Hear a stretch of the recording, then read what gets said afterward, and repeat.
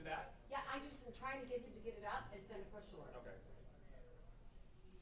I'm not TV. I mean this. Yes. Okay, it's on all the social platforms and it's in the. Okay, who's out there that can talk right now? Let's round it up. Grace is right there. Grace is right there. Okay, get a.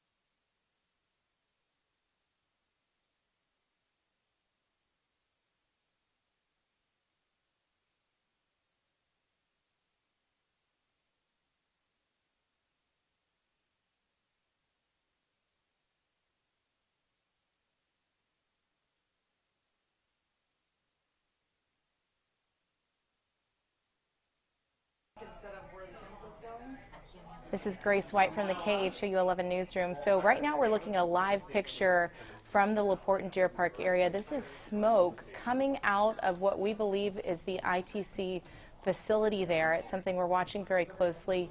And Deborah from our assignments desk just got some information. Deborah, what are you hearing about this? Alrighty, so ITC has confirmed that they have flames coming out of tank 80-5. This tank contains xylene, so they don't know exactly how all of this started, but they're working to figure it out, and they're going to provide us with an update as soon as possible. So again, it's 80-5. It contains xylene, and they're working on it right now.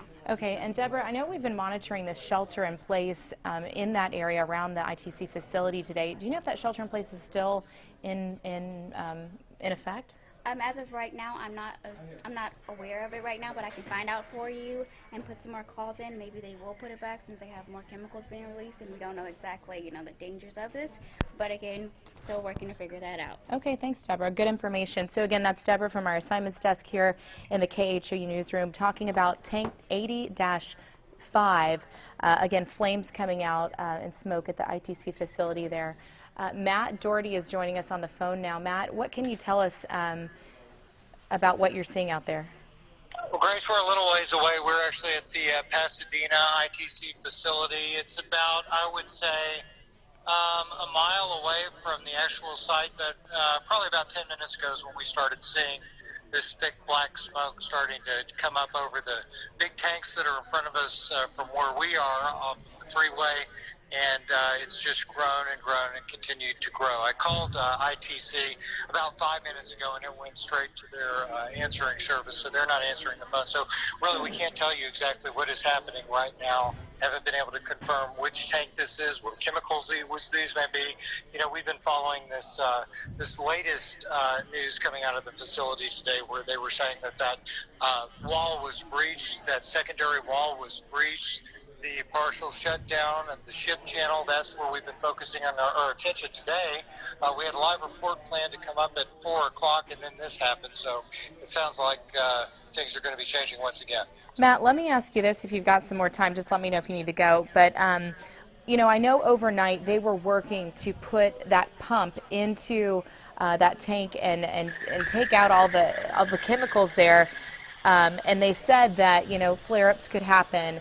as they were working on that operation. Have you heard if they've finished that operation, or if this might be related to that? We don't know that, but it was my understanding when they said that they said that there could be, what they meant by flare-ups were some of these spikes in the benzene level, not necessarily a combustion.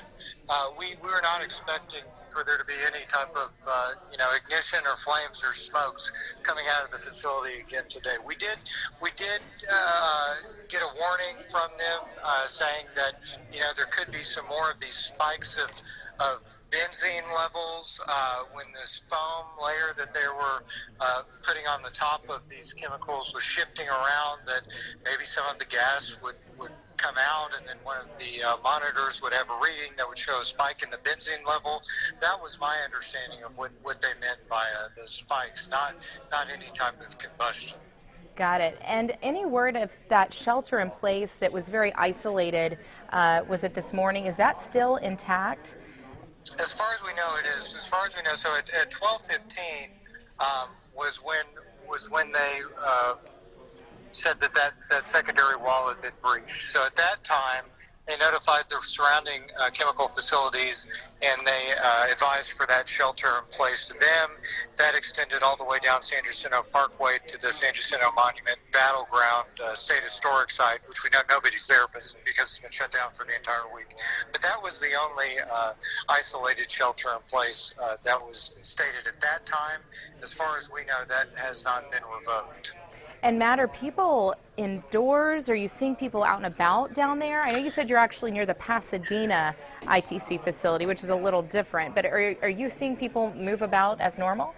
Yeah, the freeway traffic is steady. I mean, we're right off the freeway right now, so we aren't in a residential area. So we're fairly close to the facility, the Deer Park facility. We're just up the road, but no, it doesn't seem like anything's slowing down at all.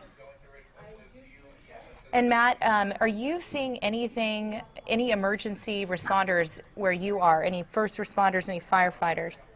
Not yet. No sirens that we've heard. We're actually at the entrance of the Pasadena facility of ITC. We have not seen a lot of traffic moving out of this road that leads to that other facility. So we really can't tell you what exactly is going on right now. Like I said, we're just minutes into this. So I would expect that type of emergency response, if it's going to be increased, we should be seeing that coming pretty soon. And Matt, again, just let me know if you need to run, but we just got some more information in our newsroom that we want to let people know about. ITC has confirmed they do not know what tank caught fire. Earlier, we told you it was tank 80-5. That was coming from ITC.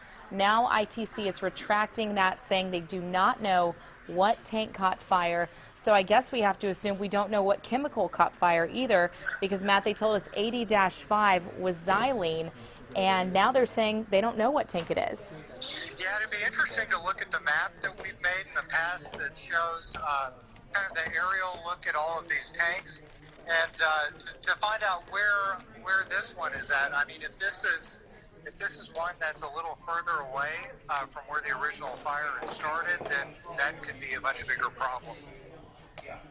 And Matt, you've been out there all week. I mean, what has this been like for you, day after day covering this?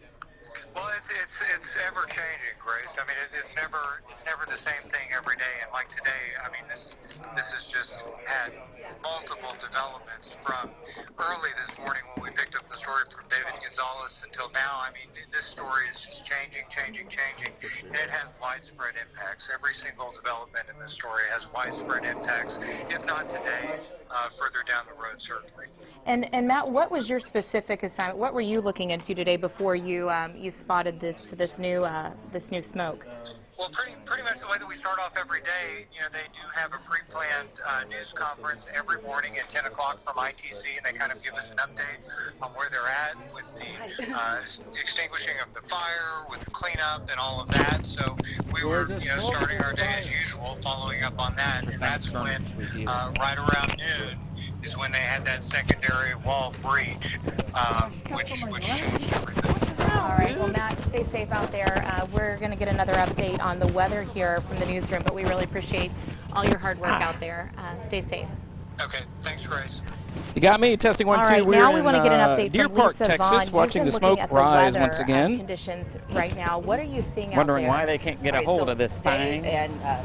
and tomorrow, really, we have kind of light winds coming in from the southeast. You hear me? But they're light, so this, and you can even see it here. The smoke plume's not moving that much, so that's kind of it's a bad thing, right? Because we want the smoke Bring not my to go audio in other up, communities, but we Sergio. want it to get away from the community that it's in, or start mixing with the upper atmosphere. Did you hear me, Today, Sergio? We've got like high pressure in place. We've got really light Bring it winds. up. So when you look at the smoke plume, Testing 1 2 1 2 3. We're live in Then Deer when you Park, look at watching the the smoke smoke rise plume, once again it from the appears to ITC be facility. blowing very slowly. Okay. Sitting there, so that's not a good for air quality. And Lisa, I know this weekend there was some talk of rain and different things. You know, what are you seeing forecasting out? You know, for this weekend with this situation, what should people be kind of watching for? So Saturday and Sunday we do have a small chance for rain, but as the days have gone on, we've kind of backed off of that chance for rain. So it's still out there, but it's not going to be a lot. I need this.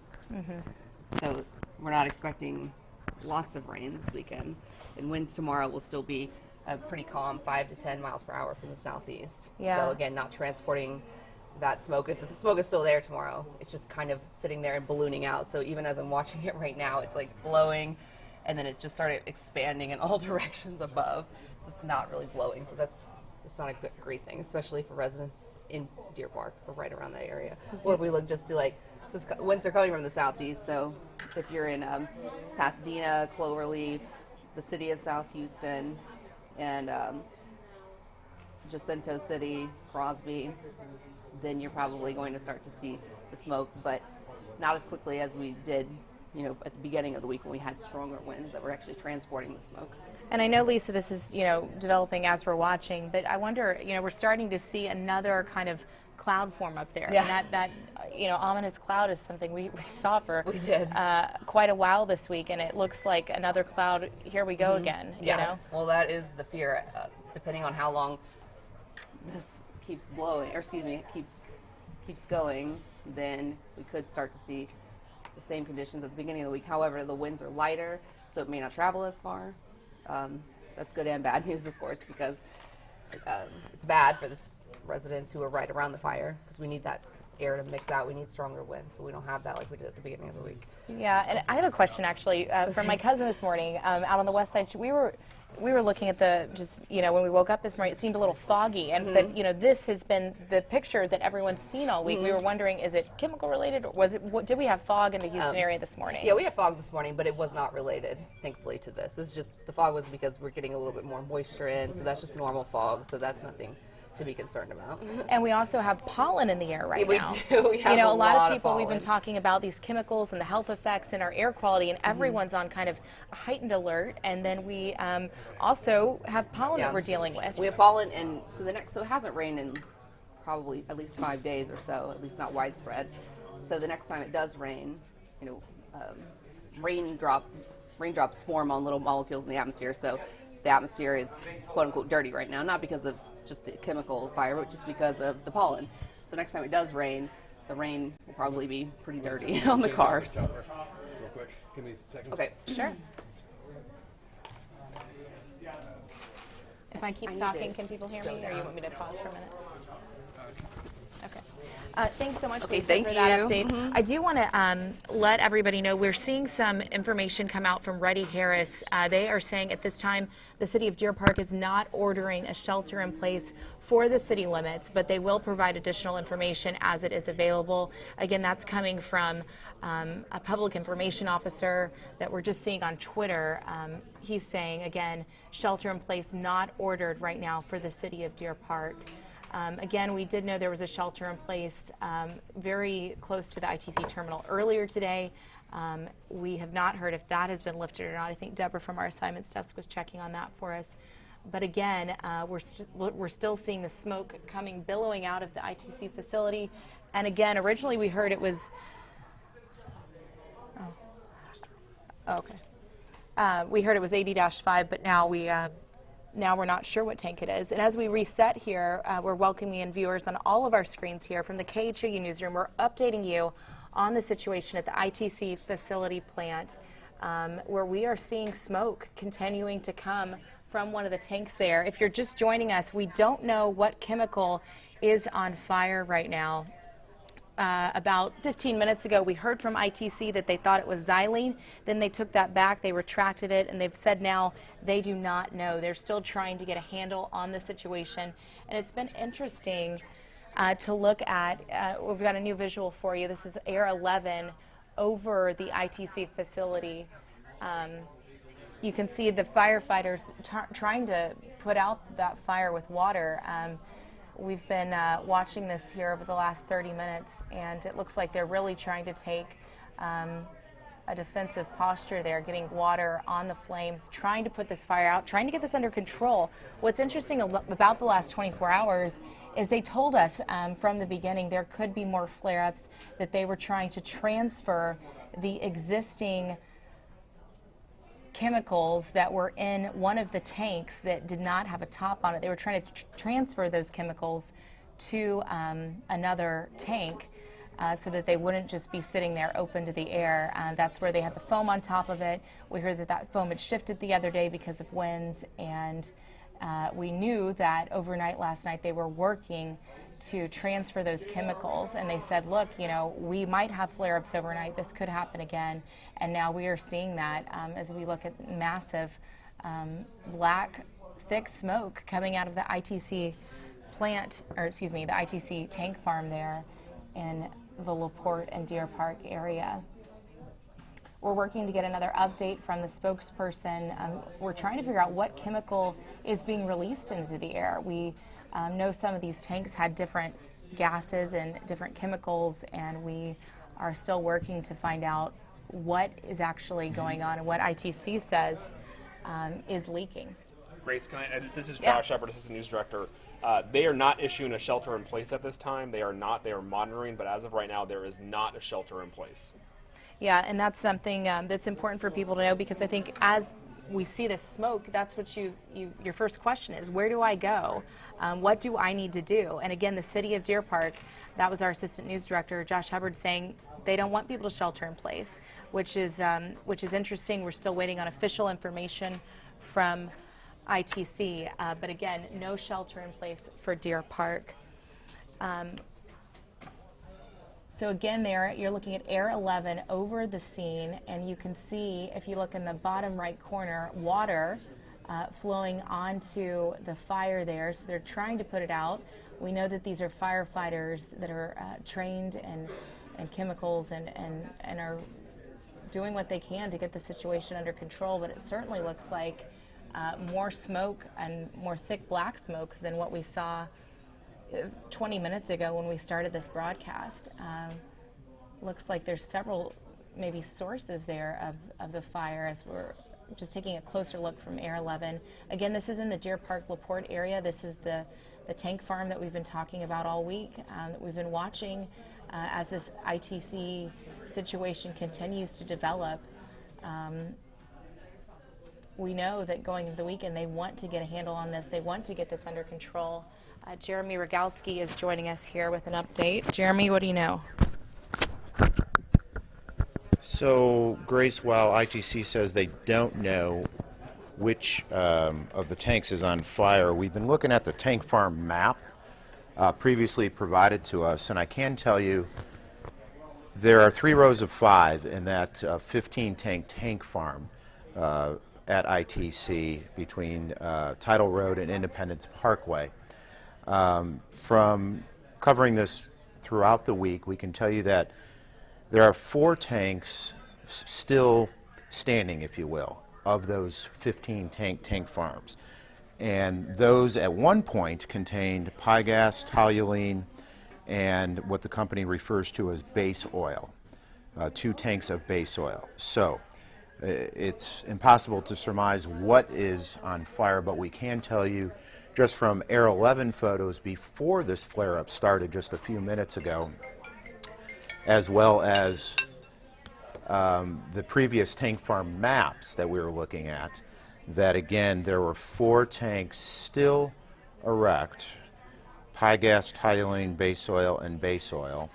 And earlier in the day, we do know that there were efforts underway to transfer a bunch of product, 20,000 gallons of benzene, to safe containers. That process, that operation has been going on throughout the day. We don't know how much progress ITC made in the transfer of that product. From Air 11 right now, you can see what appears to be that grass, that earthen berm that we've been talking about, although it's difficult to get perspective right here. But again, thick black smoke coming out of the ITC plant fire. The flare-up began just about, I would say, 10 minutes or so ago. As we've been saying all along, this was just one of 2 setbacks that occurred at the ITC facility today. The first being that there was a partial dike breach along tank 80-7, which did contain benzene, and the Coast Guard had shut down a portion of the ship channel at Tucker Bayou, right there along the ship channel. We're getting from Harris County Department of Emergency Management, ITC Incident Command is responding. Follow local officials and continue to monitor readyharris.org as well. So that's the Harris County Office of Emergency Management tweeting that out as well. So Incident Command, certainly we saw pouring either water or foam, difficult to see from this angle on one location. It actually appears from this aerial view as you're looking along with me that there are 2 locations possibly on fire. And again, this is just an observation as you're seeing it in real time along with us. Towards the center of your screen, you have a long kind of vertical line of flames going on, and then towards the upper right of your screen, you have a second, or at least what appears to be a second fire location, which just from the familiarity of this seems to be the original tank farm on fire. So yes, it's looking like we have not one but at least 2 fires going on at the ITC storage tank facility right now. Yeah, that's correct. We just had multiple tanks. Okay, multiple tanks. I'm going to bring in Managing Editor Bill Bishop here along with me now. Bill, who have you been talking to and what have you been learning? It's really just one piece of information. I just got off the phone with the Public Information Office with ITC, and they say it's the west side. I don't know if we've said that. It's the west side of the tank farm that has reignited and caught fire. And they say it's a developing situation. They're not sure what's burning exactly yet. They're trying to figure it out. And as usual, they're saying that they're working with federal and state local officials trying to, resolve this as quickly as they can. But that's different than that north side that we were looking at earlier today with the breach in the wall. So there are several batteries of tank farms in the entire ITC facility. The one we've been focused on all week is that 3 rows of 5, that 15 tanks. So when they say the west side, do they mean that? I think they mean that one because they say it is reignited. So I take it to mean the set of tanks that were burning. And the west side of those tanks has reignited is what they said. And again, from earlier pictures from Air 11, we saw that there were 4 tanks still remaining. Several of those have been flattened to the ground, or the vast majority of them flattened. And from earlier tank farm maps provided by ITC, we do know that those contain gas, toluene, and 2 tanks of base oil. That is not to say any of those chemicals is what's catching on fire. We don't know that. The company doesn't know that, but we can tell you just from earlier Air 11 observations that those 4 tanks were still standing and remaining. Unknown how much product, if any, was in that, or what the status of that. There's like question marks on all this because you're not quite sure what's burning, what's been out there, what's burning, until they figure out where it came from and what it is, and how to proceed on it. Another thing I'll say from what we're hearing over on our assignment area is people are seeing this all over town. I've got a fellow in Clear Lake that sent me a picture, a guy from downtown who sent me a picture. There are people at a health fair just south of 225 who are out being tested for possible health problems from the original fire, and they're at a clinic on the south side of 225 being checked out, and now right across the freeway, here's this smoke again. And if you kind of trace back the last 72, 96 hours, it's like it extinguishes, and this is now the, I guess, third time we've had a reignitement. Second or third. I'm thinking of two, but maybe it is three. Sorry, you lose track after a while. But one of those, when it flamed up, they got it out very quickly. This one looks like it's going to last a while, though. And again, from the air, you can see what appears certainly to be two separate locations here on fire. It's hard to get our perspective in terms of direction going on. Towards the center of the screen, you could see that smoke dissipating slightly, but towards the left of your screen, obviously very thick plumes of black smoke coming from that. And it looks like there's some sort of channel here towards the center of the screen that was on fire. That's what it appeared to us too. But I mean, you could see just a line of fire in a row, a straight line of fire. But supposedly that's the west side that he's talking about. I'm a little unclear on that. I'm a little turned around here, like you were saying. We're going to have to get some clarification on that. One thing to mention, though, is that there was this partial breach of a containment wall that we've been reporting on that occurred about 12:15, 12:30 or so this afternoon, and there was product, unknown what that product was, but there was product spilling in to that containment berm, and then ultimately they were having some booms and skimming and so forth along the ship channel. A portion of the ship channel still remains closed at this hour. And so ostensibly you did have some flammable products breached from that partial dike wall collapse and spilling in. Whether or not it's this line, this sort of channel we're seeing, again, is unclear, but that gives some at least recent history, some context and perspective into the developments. And it certainly has been one setback after another this afternoon for what originally, as we woke up this morning thinking everybody was, turning the curve on this. Right. And then you probably have said, so pardon me, I stepped in here, but up as recently as 10 minutes ago, Deer Park Office of Emergency Management was saying that they had, no shelter in place, was not issuing a shelter in place for the city of Deer Park as recently as 10 minutes ago. They were monitoring the situation to see how it developed. And of course, we're monitoring all emergency management on social media. Jeff Linder, meteorologist at Harris County, is talking about winds out of the south-southeast at 5 to 10 miles an hour. Smoke plume, therefore, will move north to northwest. That's coming from Harris County just a couple of minutes ago on Twitter. And so obviously you got a lot of eyes on this. You got a lot of monitoring. You got a lot of agencies trying to find out exactly, A, the source of the fire, B, what are the chemicals that are burning, how flammable, how potentially harmful they are, and then you have the wind factor, and that is always a factor, as has been for several days now since the original fire ignited now 5 days ago. I'm just trying to check these various sites to see if there's anything new from Deer Park, anything new from ITC or Harris County. Nothing else really new here. I'm going to go see if I can get some more information here, okay? Bill Bishop, our managing editor, going to check back with his sources and monitoring and so on and so forth. Again, ITC fire reignites. We're talking now just about 15 minutes ago that this latest flare-up happened. It appears that there are multiple locations on fire. Thick black smoke on the center to left side of your screen. Smoke dissipating slightly to the right of that. This all coming again after a partial dike wall collapse that occurred about 12:30 this afternoon.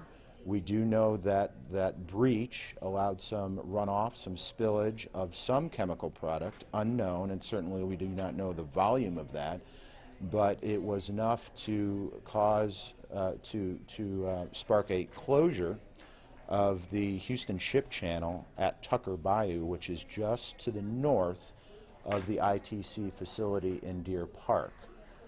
So that's the history of what's been going on. And again, we watch, we wait, and we try to learn more information. As you can imagine, emergency officials trying to do that as well. City of Galena Park on social media. Monitoring the situation, we'll keep you informed. Testing the air quality in Galena Park, that coming from Esmeralda Moya, the mayor of Galena Park, which is obviously a community neighboring Deer Park.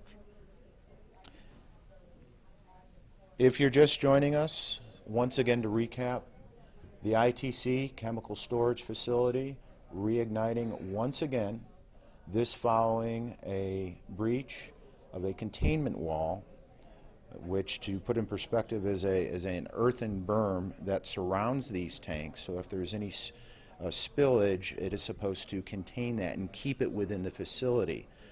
Earlier pictures from Air 11 showed that wall buckling and breached, and obviously releasing a large quantity of liquid with obviously flammable, as we're seeing now.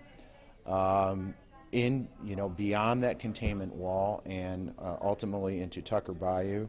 And we heard from the Coast Guard that additional vessels were laying booming rigs and skimming devices and trying to pump that runoff contamination into safe storage containers. Air 11 now zooming in here. You can see again, very interestingly, there's what appears to be a line that's catching fire. This does not appear to be a tank itself on fire, but rather a line. We heard from Bill Bishop, who spoke with ITC, saying that this is on the west side of the tank farm. The west side of the tank farm. Again, we are monitoring the situation along with everybody else. Obviously, the big question now is going to be air monitoring. We've been talking about readings the past couple of days. Harris County, the state Texas Commission on Environmental Quality, having dozens of portable air monitors.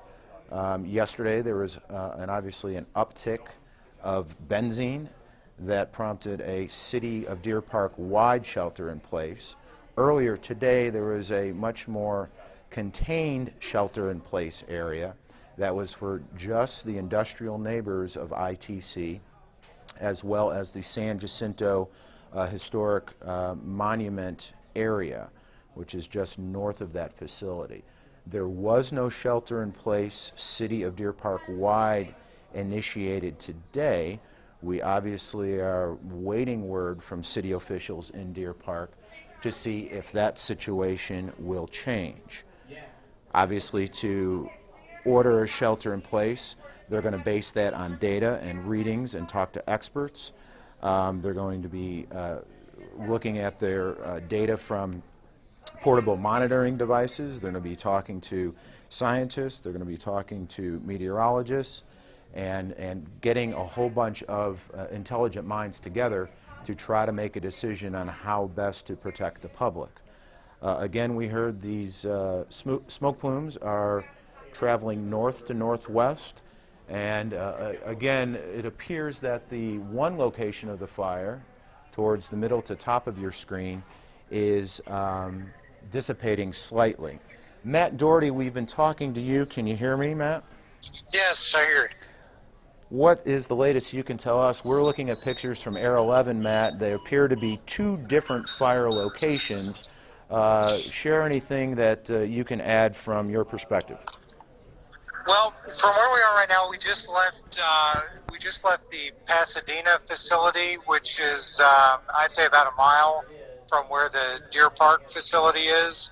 It was decided by our news managers that by looking at the pictures from Air 11, that we just weren't safe in that location either. So we drove a few miles up the road. Right now we're right off Highway 225, right off of a parking lot of a Laquinta. And we're able to monitor the smoke from where we are right now, and it is, just continued to grow, Jeremy, since we first saw it shortly before 4 o'clock until now, and it's just continuing to grow and spread that thick black smoke that we're all so familiar with now. All right, Matt, will you be safe out there? We appreciate your input and feedback. We're going to wrap it up on Facebook Live right now and turn it over to KHEU 11, where we have obviously the very latest coming into our newsroom there. Encourage you to turn over to KHEU 11 for now. Thanks for joining us. Jeremy Rogowski reporting.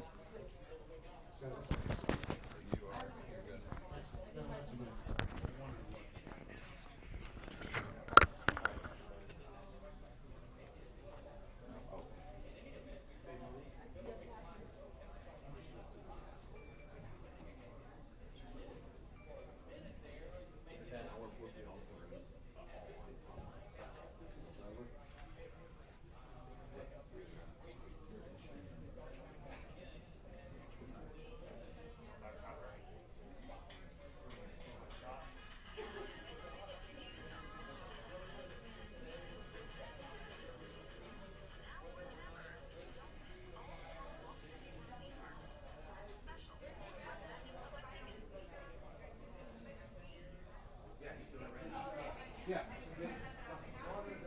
Is it switch? Is it not? What are you hearing?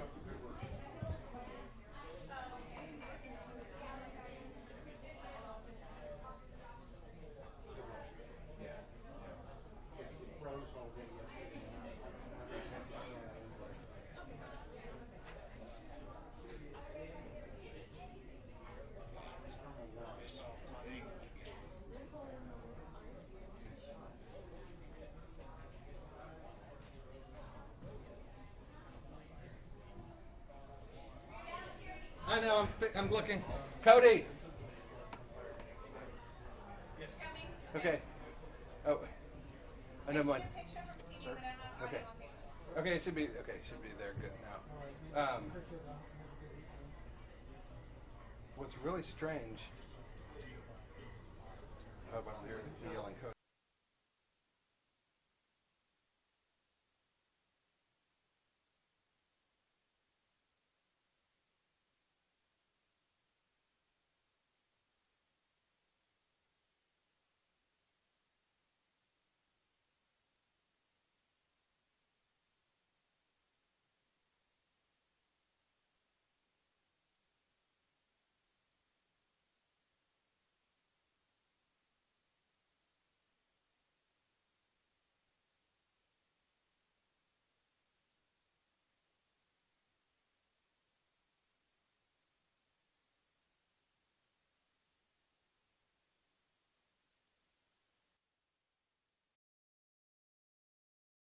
in their cleanup and contain that mess. Then these two have caught on fire again. So now, you know, people out there with the air monitors, we thought maybe we were on the way to being in the clear. They're going to be monitoring the air again over the next few hours and tomorrow, and we have to see what exactly is burning. You know, when they told us that that barrier had been breached, they were unsure as to what chemicals had kind of leaked out, because they had mentioned that it was by tank 80-7, but again, they didn't know if that came from that specific tank or a different tank. So they were still, at the time before this fire broke out, trying to assess what those chemicals were. And the plant says this is coming from the western part of that facility, involving those tanks there.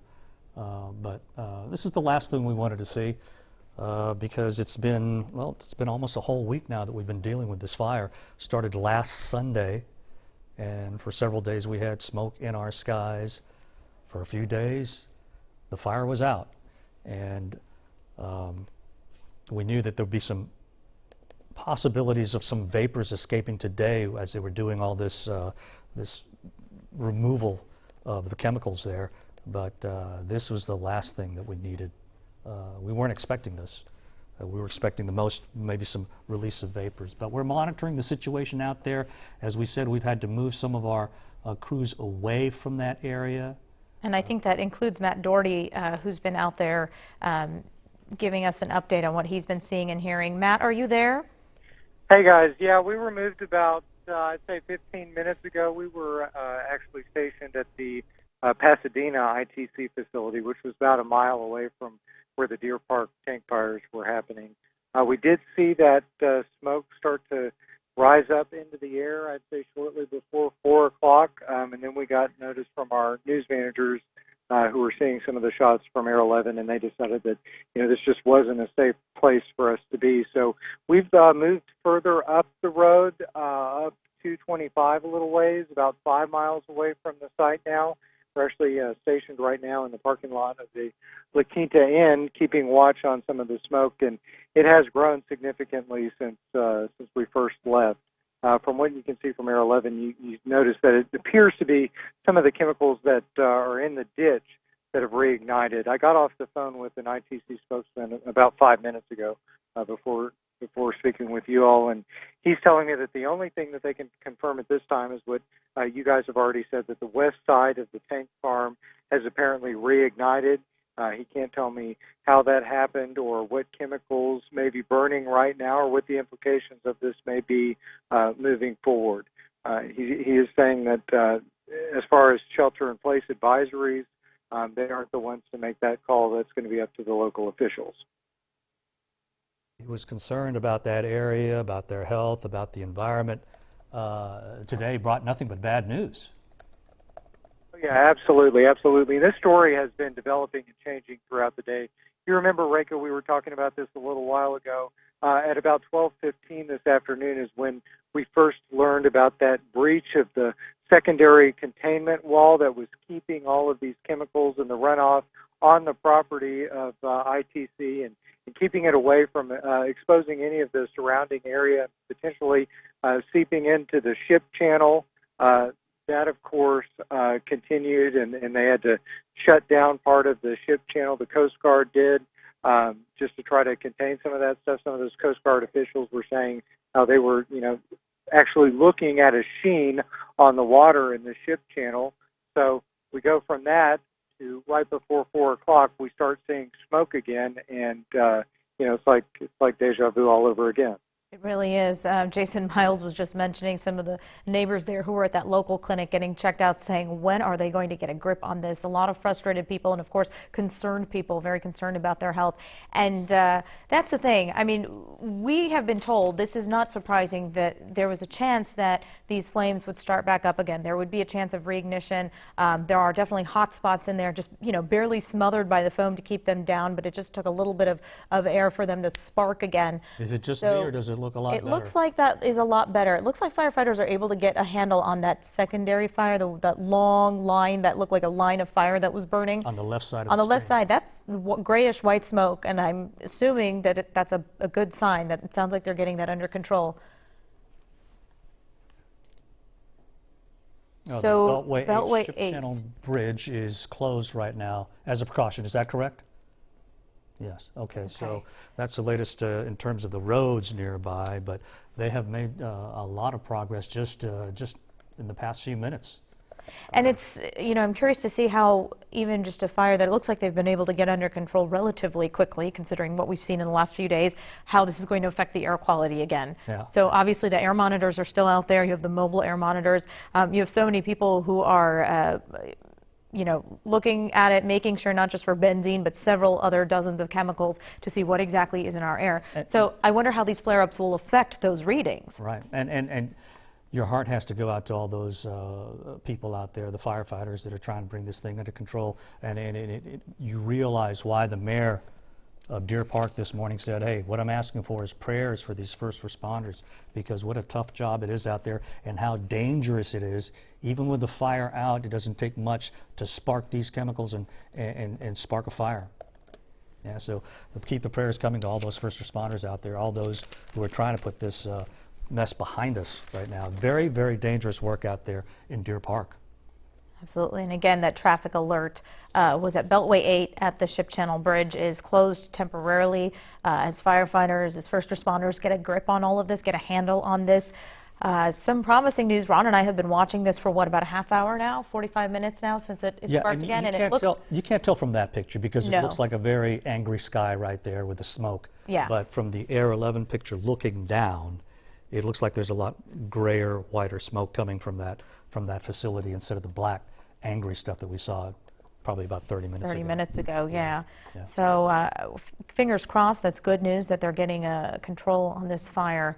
But again, earlier today, the story was that containment wall that was breached, and that was a secondary containment wall. And officials were still trying to figure out what was going on with that. When we were talking to the mayor of Deer Park, he said, look, they're setting up booms at the scene. They're trying to repair that dike. They're trying to keep it all, they're trying to keep it contained, really. And they couldn't tell why that wall had breached, if it was because it had been damaged, possibly because of the fire. It was right by all of those charred tanks. Could be a combination. A combination of that, or just the weight of all the liquid and the foam that they've had to pour in there, and that runoff, pushing the weight against that wall. So they were still trying to figure all of that out, and of course contain all of the chemicals that had spilled out. And then this fire erupted, and so they keep. The thing is, they're trying to get this cleaned up, but their focus keeps changing because Right. things keep happening. I mean, it was going to be a tough job anyway, and today it just got tougher.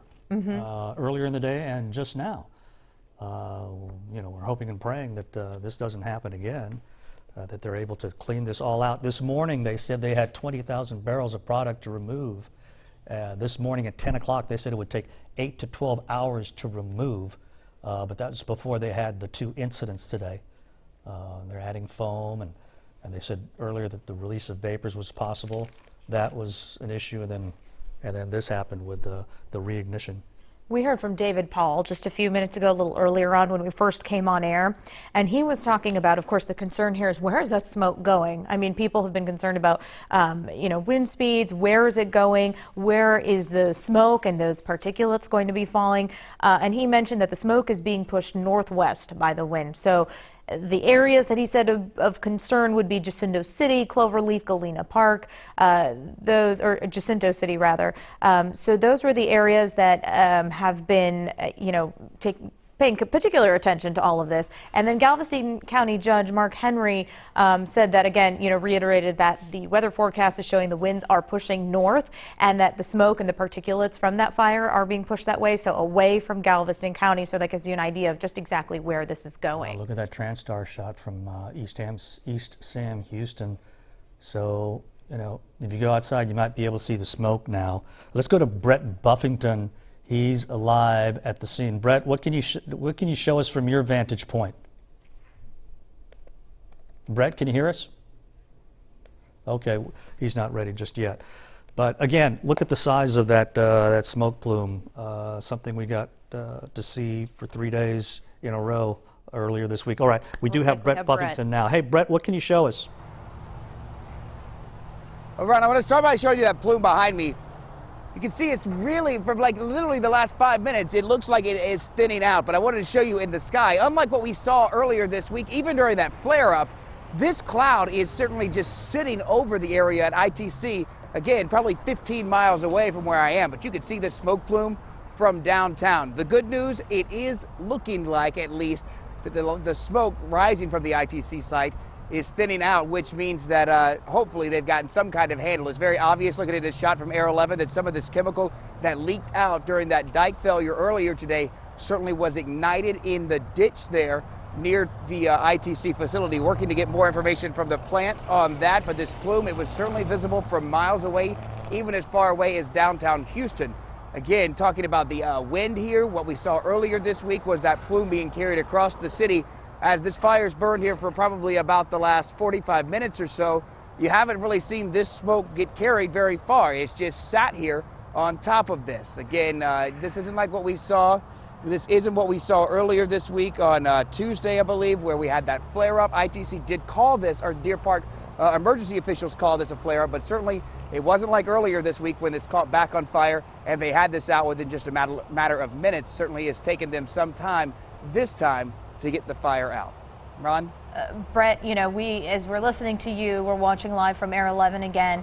We're seeing thousands and thousands and thousands of gallons of foam being put on that, I guess that we call it the sort of first flare-up that we saw, the smaller flare-up, and it looks like they're getting a hold of it. There's still some black smoke there, but the foam and the water keep coming, and they're definitely trying to put it out as soon as possible. Yeah, it's a stubborn fire, and then this has to raise concerns about this coming weekend, because they still had hours to work to remove the 20,000 barrels of product How much of a concern is future fires? We were worried about vapors, but now the future fires. Because clearly this is a highly flammable stuff, and it's obviously easy to ignite. Yeah, and that's what we're seeing. We've seen in two kind of separate locations in that industrial complex, 2 fires go up in just the last hour. These flare-ups, again, were expected. When officials told us when this fire was out, they said, look, over the next few days, we are expecting this to happen. Not every little spark has been put out, and we need to keep these fires under control. They did mention that the chances of a flare-up would lessen as the days go on, but it was Wednesday when the fire was put out. Today is Friday, and it is still happening. So we just don't know how long it will take until we really are in the clear, but clearly we are not. Talking about the shelter, the fact that there's no shelter in place right now, we thought maybe that would be something that was happening this morning when they had that breach of the containment wall, that dike that had spilled a lot of these chemicals out. But the mayor of Deer Park reassured us, no, there's no shelter in place except for people in that industrial complex and, of course, neighbors in the area and the San Jacinto Monument, which I believe was closed today anyway, so that was good. There's no threat to people who may have been visiting there. But right now there's no shelter in place, but it just depends on the next couple of days as they continue to monitor the air and they monitor the water. That could very well change. Yeah, things could change even tonight. Let's go to Jason Miles back on the ground near the ITC plant. Jason? Yeah, Ron, I'm at the Jimmy Burke Activity Center. As I mentioned before, 5.5 miles, we measured it from the ITC site. And I know you're looking at aerials from the chopper, I do believe, but from our vantage point, I'm telling you that it appears the smoke is really cleared up. At least the black smoke is not billowing from that site from this vantage.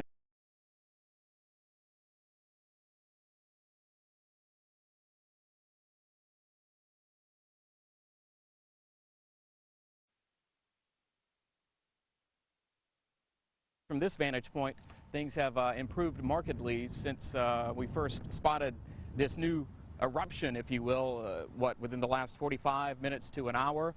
I've been over at this temporary clinic set up by the Harris County Public Health Department, checking out people for the 3rd day in a row who think they may have symptoms related to the fire, the resulting benzene release, symptoms that may be totally unrelated. In any event, the Harris County Public Health wants to give every opportunity possible for people to have things checked out. They do confirm they have seen some respiratory.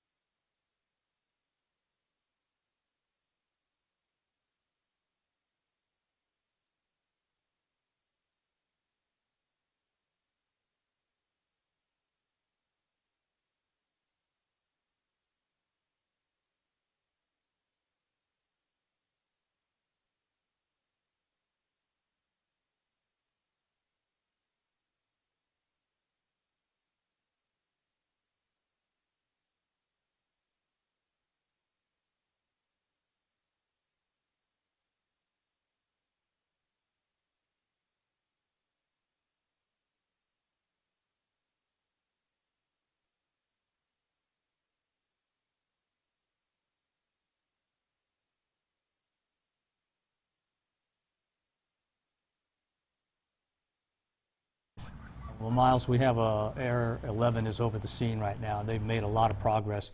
You can still see some flames there, not too many, but it's still not totally out. There's a live look at the sky now. Appears to be improving a bit. Miles, if you're still there, have you been able to talk to any of those people at that temporary clinic since the reignition of this fire? Yeah, several of them are out here in the parking lot, Ron, watching it as we are, and wondering, as we are, when are they going to, kind of get a handle on this situation. It remains very volatile, and we're not necessarily experts in the field.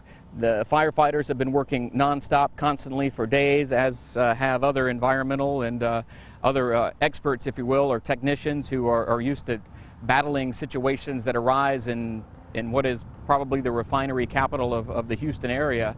So we'll leave it to their judgment as far as a lot of that is concerned. But people here in Deer Park who honestly are used to living with the constant kind of threat of something erupting at one of these plants are saying, you know, after what, almost a week, they're ready to kind of get the situation at ITC under control. They don't want to see any more black smoke rising into the air. They don't want to hear about any more benzene releases, something they can't really see or necessarily smell in some cases.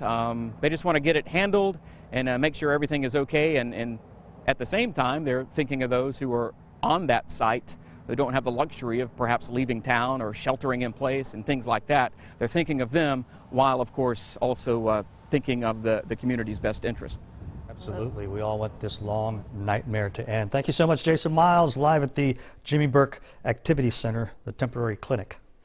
We should mention again that the Houston Ship Channel is closed. It closed shortly after that dike breach around 12:15 today. And we were actually talking to some folks with the Galveston Bay Foundation who were getting their own water samples. They were trying to obviously test the water quality in the next couple of days, make sure the bay is still, you know, fishable, swimmable, people could eat the food coming out of there. So the environmental impact with all of this remains to be seen, and people were working actively on that when they shut the ship channel down. A traffic alert also, Beltway 8 at the ship channel bridge is closed right now while they try to get a handle on these flare-ups that happened in the last 45 minutes. They've made a lot of progress with this one. Let's check in with meteorologist David Paul. Dave, it looks like they've got the fire contained pretty well, relatively speaking right now.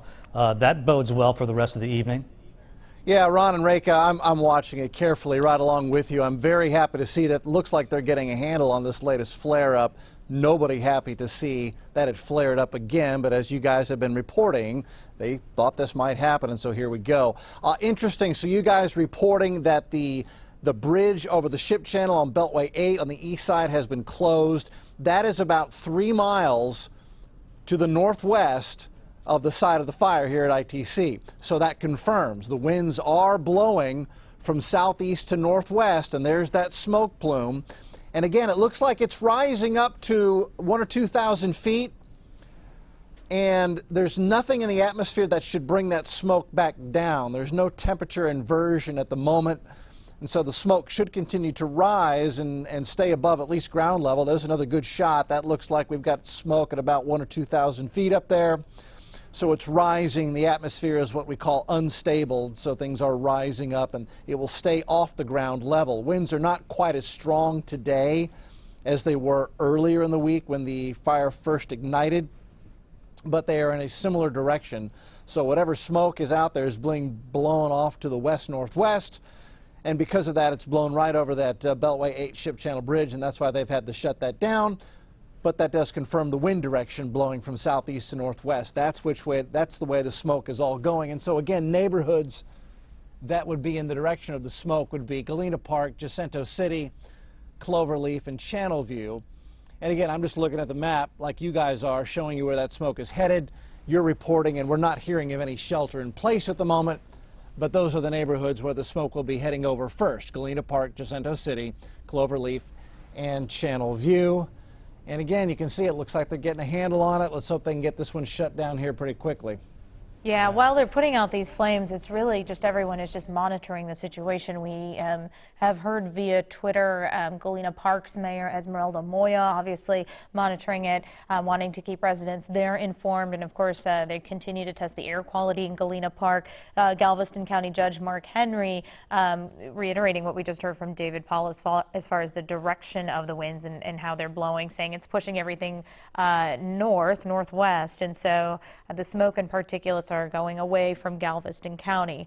So they're heading in someone else's direction. But it is just very, you know, folks in these neighborhoods in Cloverleaf, Galena Park, Jacinto City, obviously Deer Park, it's cringeworthy to watch this. And if you're just joining us right now, what we're looking at is firefighters getting a handle on a situation that started about 45 minutes ago with the reignition of the fire. It appeared to be at 2 different sites on the ITC campus in Deer Park, and of course firefighters pouring foam on it, trying to get a handle on it and get that fire out as soon as possible. Yeah, how dangerous is their work?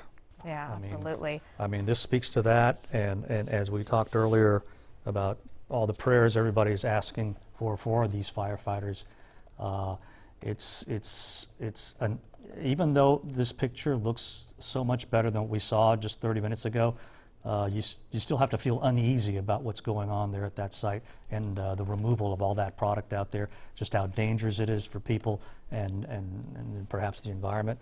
But they have made a lot of progress in the last few minutes in getting that fire under control there at the ITC plant in a day that's been filled with a lot of concern in that area.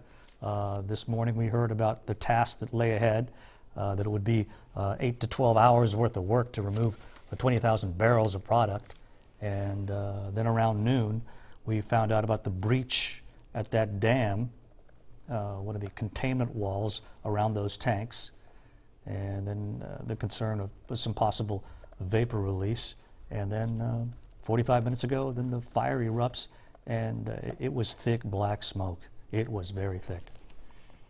We just are hearing from Galena Park's mayor again, Esmeralda Moya, saying that right now benzene levels in the Galena Park area are measuring at 0 parts per million right now. But of course, they're going to stay vigilant, stay on top of this, and continue to check the air, because again, the benzene levels became a concern after the fire was put out and after a lot of that smoke had cleared. So obviously people are very anxious to see, okay, we're putting the fire out now, but what's going to happen in the next few hours and through the weekend?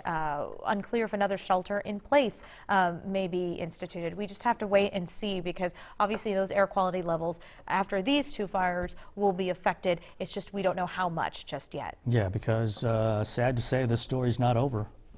It's not over until it's over, and it's been almost a week now. This all started last Sunday, and we've all grown tired of it, and no one more than perhaps the firefighters out there who are risking their lives to get this thing under control.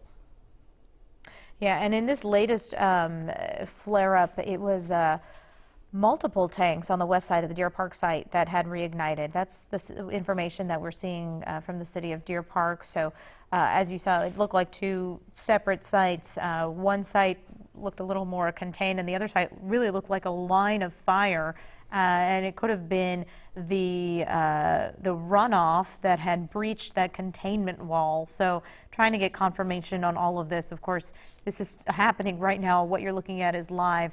The good thing is, it's changed a little bit. The thickness of that smoke, it's a lot less. It's thinned out. It's becoming a little more gray. It's not as black and billowy as we saw just a few moments ago, which is really just frightening to watch and scary for folks who watched this burn for days and thought maybe we were in the clear.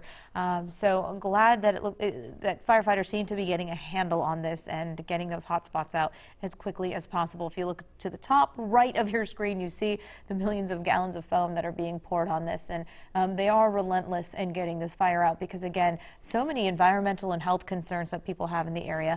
They've been trying to get out control of the situation, Ron, as you said, since Sunday, since it started on Sunday. So this has been a long, arduous week for so many people who live there, and so many people who are trying to get the situation under control. And a lot of people are angry, and the TECQ saying they're exploring every legal avenue to hold this company accountable. So that from the TECQ this afternoon, as we continue to take a live look over the ITC plant in Deer Park. If you're just now tuning in, about 45 minutes ago, this looked vastly different. Thick black smoke was rising again from that storage facility, from two locations out there in the western part of that storage facility. But firefighters have made a lot of progress. They still have a lot of work to do, though. I mean, there's still some black smoke out there. If you look closely, you might see some flames, too. Add to that, to contain everything that might have spilled into the ship channel and the neighboring around those storage facilities, and to remove all the product that they have there, which is still dangerous and easily ignitable. Yeah, and Ron, just now our producer is telling us that the Beltway 8 at the Ship Channel Bridge has reopened. That is back open again. Earlier we were telling you about that traffic alert about it being closed temporarily, but Beltway 8 at the Ship Channel Bridge is back open, and that to me is a promising sign. That means that it looks like they have a handle on this latest threat, so that is good to hear. But you know, there's still black smoke coming from there, and a lot less, but we'll be watching this tonight all weekend long until they finally get the job done there. But it's like a nightmare that just won't go away. It's a recurring nightmare, it seems like, all week long. Health concerns in the area, all sorts of emotion, especially from people who are watching us on Facebook and on YouTube and on Twitter earlier today. To read some of those comments, people in the area are angry. Absolutely. They're so concerned about the air quality and the quality of the water, and just having to deal with the shelter in place and sort of the stress of that, not knowing if you and your family are safe. You know, we've been hearing from doctors this week about patients who have never had respiratory problems coming in and saying, hey, I don't know if this is an effect of my allergies or if this is from possible benzene levels and exposure, but they were having upper respiratory issues, problems breathing, tightness of chest. So all of that, again, it's hard to pinpoint and attribute what those symptoms are from, but obviously you have to wonder if it is from this situation with the benzene levels being high and the shelter in place being established at some point, because if it was high enough for folks to do that, then clearly there was a risk to public health there. Yeah, and it's good to see how they responded, though, the authorities, by putting up the temporary clinics so people could go get themselves checked out. Absolutely. Deer Park had that mobile clinic there yesterday. I know a lot of people came out there. Melissa Correa was live from there talking to folks who were getting checked out. And Harris County Constable Precinct 8, Phil Sandlin, just tweeted that, again, yes, they are reopening the Ship Channel toll bridge at this time, and that Harris County hazmat crews have taken air quality readings and have determined it to be safe for travel. So again, that is good. All of those roads are open right now for Beltway 8 at the Ship Channel bridge as well has reopened. This is for the Ship Channel itself. There near the plant, that area is closed. The Coast Guard has put out a bunch of booms out there. We were on the phone with them live earlier today, talking with one of their representatives, the U.S. Coast Guard, saying, you know, this is the petrochemical capital of the world.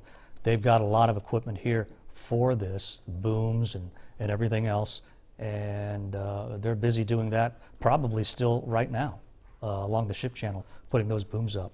That's a massive job. Yeah, Try absolutely. to protect our Ship Channel from the chemicals, and some of which we don't even know what they are. But they did see a sheen on the Ship Channel. Coast Guard personnel did see that today. We are hearing from HISD. You know, we've been talking about all the school districts that were affected this week. So many schools had closed. We got a statement from HISD's press office saying that with reports of the Deer Park industrial fire reigniting this afternoon, all on-campus activities for East Area HISD campuses will this weekend have been canceled. Also, sporting events have been rescheduled at alternate locations. So if you have a child who goes to one of those schools on the east side in HISD, the weekend activities have been canceled. Sporting events have been moved to different locations. So that is all good information to know. It should be said that there are at least, I believe, 60 HISD campuses close to this area that could be affected. So that's a lot of people. All right. On the phone now we have Francisco Sanchez. He's with the Harris County Office of Emergency Management.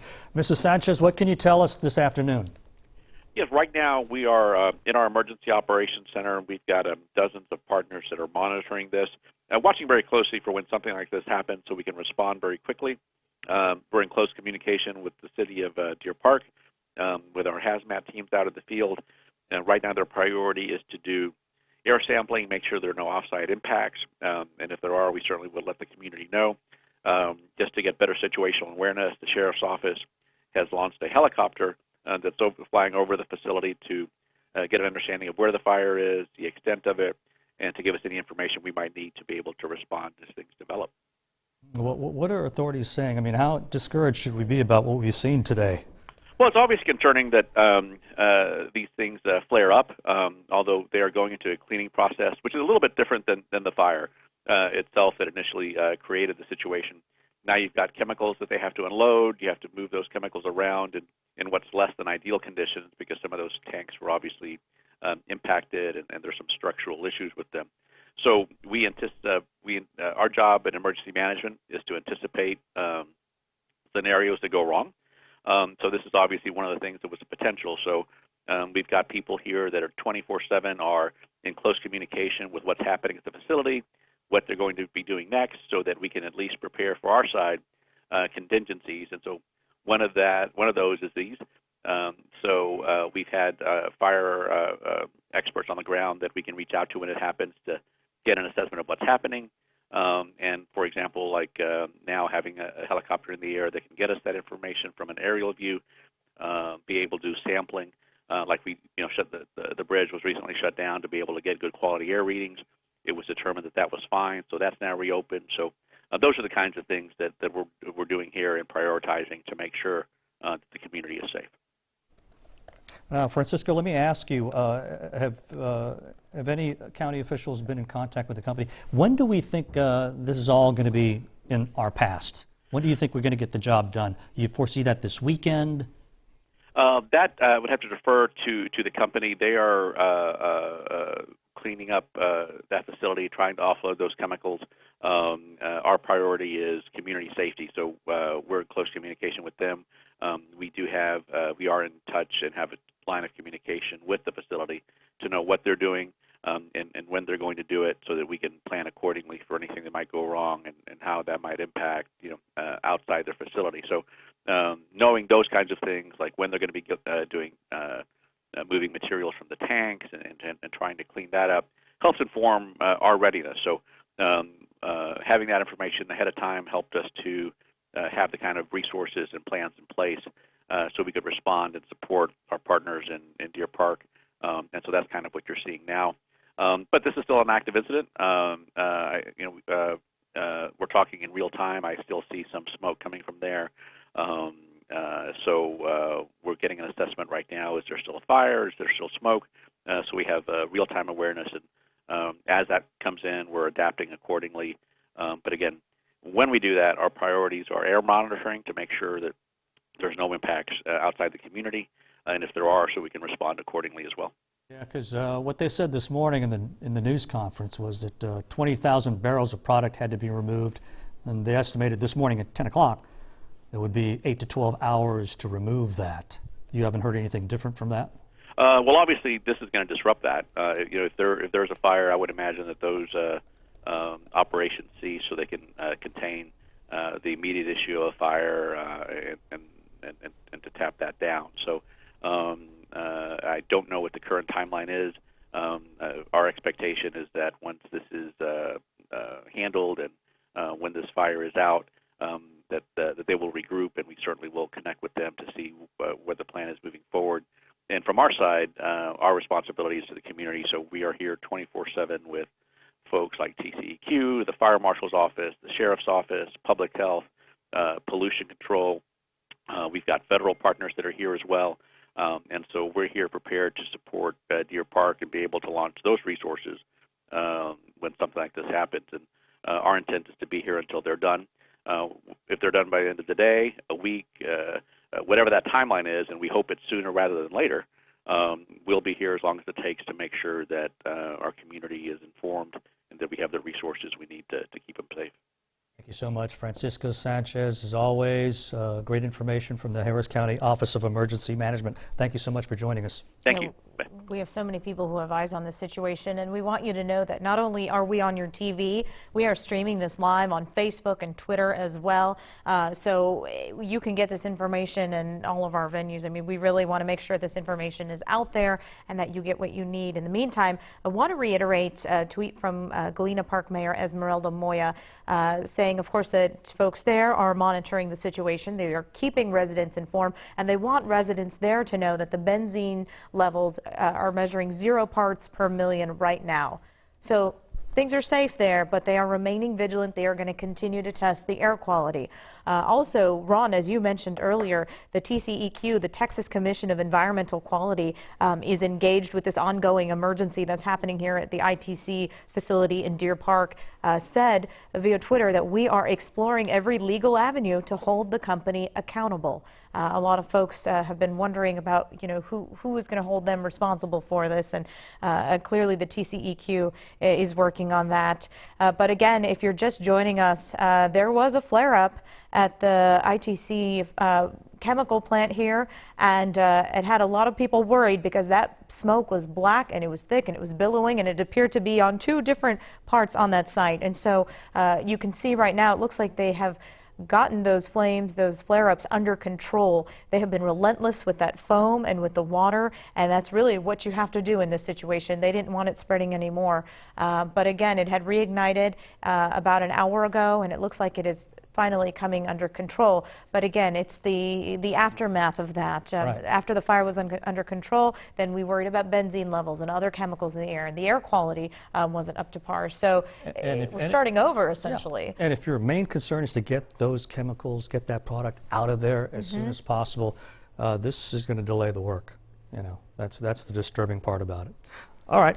Well, a lot of people have health questions, don't they? Yeah, they certainly have, because people have been getting checked out for respiratory problems. A lot of doctors reporting seeing patients they've never seen before, talking about possible effects of, we know that allergies have been high at this time of year, but also the effects of the possible air quality from this and the benzene levels. So I think you're ready to go. Yes. Dr. Noreen Mayberry, the Tox Doc, is here with us again.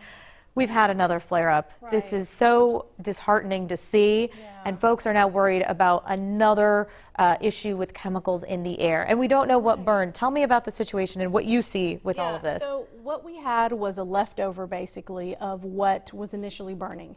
And so when we talked about this yesterday, I said, this is an ongoing situation because of this. And that's why yesterday you had that shelter in place, because some of that benzene leaked out. So once this is once again put out, there's also there's residual product there. So the residual product does need to be removed and remediated. It's highly unstable, and so there's a possibility that this could happen again. So foam is not a seal or a cover meant to contain that, and so when it breaches, it makes sense. These are extremely strong gasoline chemicals, the benzenes, the naphthalines, pyrolysis gas. You extract the toluenes. Everything that that has been burning before is now burning again. So this is not a new mixture of products. So we definitely have the same symptoms that you should be looking for before, in terms of wheezing, sore throat, coughing. Burning eyes. Burning eyes, I've heard a lot of people with burning eyes, and even in areas that aren't even near there. So burning eyes is something you really need to pay attention to. Your body is going to tell you, even when there's low levels of benzene, that the detectors may not pick up on. So pay attention to that, and don't spend extra time outdoors if you don't need to. If you have to leave your house, that's fine. When you run, your air conditioning in your car, don't bring in the fresh air. But, again, pay attention to symptoms. There are people with headaches. Headaches would be a central nervous system effect. So you definitely, if you have a headache, go to seek medical attention as soon as possible. It's funny because earlier when this was just starting, we saw the big, thick, billowing smoke. Right. We were looking at these aerials, and I saw 2 or 3 cars come through that black smoke. Exactly. That is terrifying, because I'm wondering what those folks or those drivers were exposed to. Absolutely, because remember, the smoke plume was a lot higher. And now you've got these toxic chemicals at a much lower level, and so they're driving right through that smoke. All right, that Doctor, is a much bigger hazard. Okay. I have to say this. You're watching KHOU 11 News at 5 o'clock as we continue to take a live look over the ITC facility. But anyway, I interrupted you talking about the health concerns. Right. So, now that the smoke plume is even lower to the ground, that is a greater concern for people that are traveling around that area. So it would be great if they wouldn't allow cars to drive directly through those smoke plumes. Again, but this is like the plume is gone for now. Right, exactly. But you see that low level of smoke on the screen, and so I'd be happy if people weren't able to drive through that area. I'm not really sure. It looks like a road. Hopefully it's closed. It looks, that's supposed to be the western part of that facility. Okay, got it. Perfect. Yeah, because, again, even that is going to dissipate out, and it's going to go, it's not really going up. It's just going to go outward. So there are people in that immediate area. Just need to be careful. If you see large amounts of smoke on the road, I would not drive through it. And if you absolutely must, definitely make sure that your windows are closed and that you're not pulling in fresh air. Well, let's hope this doesn't flare up again. Yeah, let's hope it doesn't. These are very unstable chemicals right now. The issue was the benzene levels after the smoke had cleared. After the smoke had cleared. Now my worry is what's happening tonight and tomorrow? I mean, again, we don't know what flared up this this time. And it's not just, I mean, benzene was testing at high levels, but there are so many other chemicals that are part of it, as you've mentioned. Right, right. So what's next? Is it kind of the same thing all over again? Now we just stay vigilant with the air quality? Well, it actually is, you know, because now you've got a mixture. You've got the foam byproducts that have now been, you know, some of them have been burned. Any of the residual, you know, waste from before, but it does include those chemicals, the benzene, the toluene, ethyl benzene, the 3 types of xylenes, the naphthalene, the pi gas. You know, all of those are extracted from pi gas, and they're components of these gasoline products. So you've got these gasoline products. They are lightweight, but they are heavier than air. In the evenings, as you know, pressure changes. You know, we've been warned by the meteorologists that the air quality does get, you know, worse. Then we have all these other environmental factors as well, you know, that are up. But in terms of this particular incident, yeah, these chemicals aren't contained. So could this happen again? It's very much a possibility, and that's why I kept saying this is an active situation, even though the fire's out. Yes, sadly, we can't let our guard down. No, not at all. Not at all. Now, this morning, the EPA was saying that they had testing locations, 250. This was this morning, right? And only 3 had detectable levels of benzene over what was acceptable. Right, and but that was this morning. And that might change now. It could change now, and those were you know, those were higher than I think even the shelter in place initially.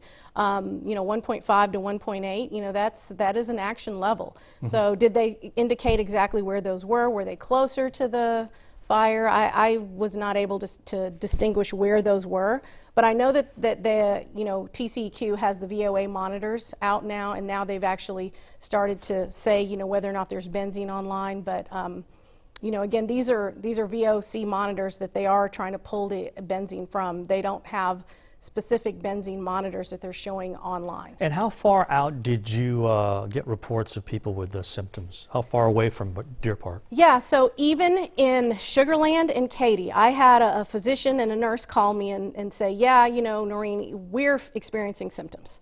You know, these are medical professionals. They wasn't even their patients. You know, you had Dr. Carlos Vital on yesterday. He was one of the first ones to contact me and tell me that he's having patients come in that have 0 history of any kind of pulmonary disorder or disease. Or allergies. Or allergies. And that's the thing, it coincided with the time when everybody seemed to say, oh my goodness, my allergies are at 100% and they're making me crazy. And then you have these levels. So it's been kind of hard to dissect what you can attribute those symptoms to. I've had people in the Memorial area, in the River Oaks area, in Pearland, you know, in Clear Lake, in Friendswood. Literally, it's been all over the city where I'm getting people saying my eyes are burning or my throat hurts. And you know, it's not like a suggestive, you know, illness. Some people say, oh well, you hear the symptoms and then you have them, but no, these people are actually noticing, you know, hey, this is not normal for me. So yeah, not as much of the headaches, but the burning eyes and the throat and the, you know, having asthma-like symptoms, wheezing. I'm hearing a lot of that. And sort of a sudden onset of those symptoms. Sudden onset of those, and lesser in terms of headaches. And your heart has to go out to the people that are right there. Absolutely. I mean, the firefighters, how dangerous is that job? Absolutely. You know, That's the mayor very of Deer Park saying that they need your prayers. Well, yeah, and they need personal protective equipment that's going to... That helps too. Yeah, exactly. Yes. We know how to protect them from this. They are highly trained professionals, but we definitely need to make sure that they remain safe. We do not want to see any loss of life as they work to protect the community. But yes, they must have appropriate personal protective equipment. They must have their cartridges changed out. They must get the appropriate breaks so that they're not worn out and experience any kind of firefighting fatigue as well. So that is very, very important. I'm curious to know that obviously we have so many air quality monitors out there, so many people testing the water. It's going to take, it looks like, several more days for all of this to really be wrapped up and wrapped up properly, at least several more days.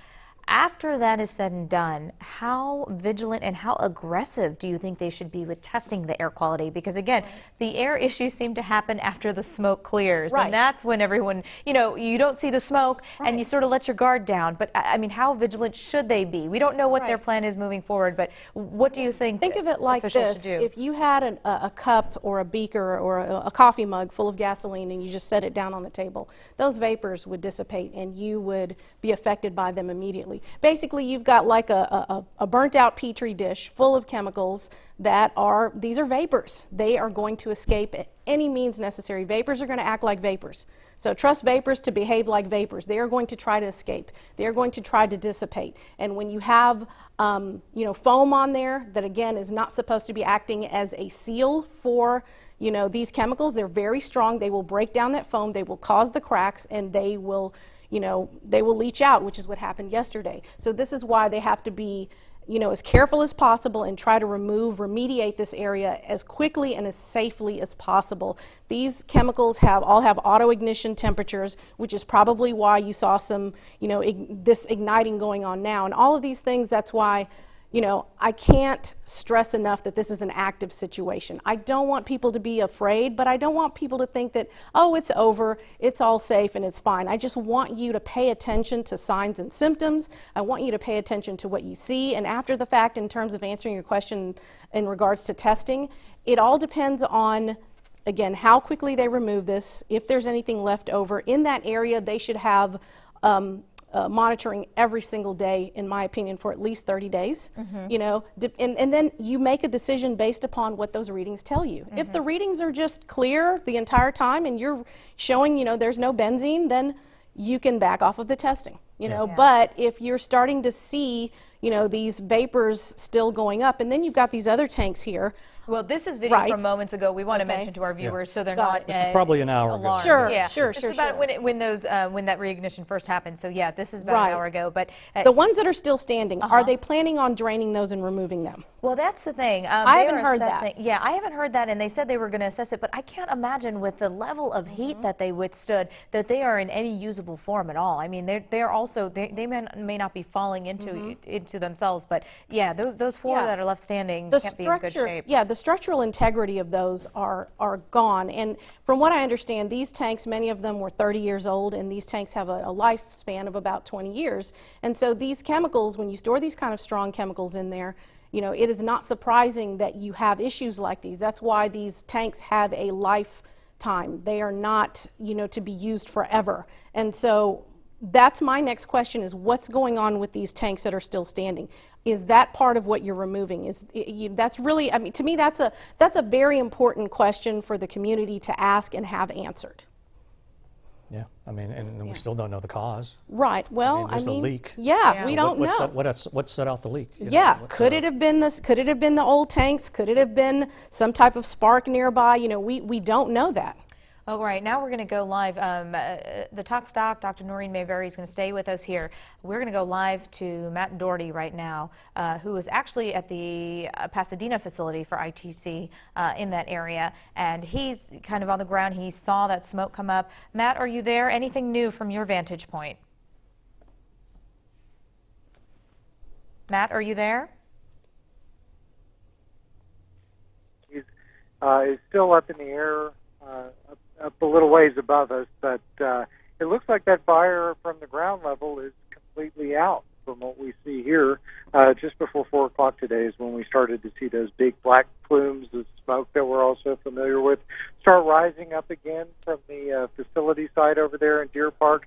At that time, we were only about a mile away in Pasadena. We had a clear sight line on everything that was happening. The wind was blowing a little bit in our direction at the time, and some of our news managers felt it was a better idea for us to back off a little ways, and so that's what we did. We drove about 5 miles up the road, up 225 a ways, and that's where we stayed parked in this Laquinta Inn parking lot, just keeping an eye on what's happening over there at the Deer Park facility. And like I said, things have slowly dissipated as the afternoon has gone on. Matt Doherty giving us the latest from the ITC facility. Thank you so much. And it looks like we are going to take a short break, and we'll be right back. Houston is full of surprises, from unique events to cool hangouts to quirky creations you'll only find here. Take a minute to watch H-Town 60, weekday mornings on H-Town Rush. Need something verified? Email verify@khou.com. KHOU 11, winner of 5 Lone Star Sports Emmy Awards.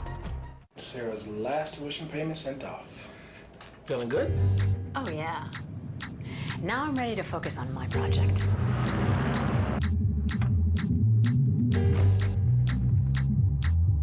This is why we play.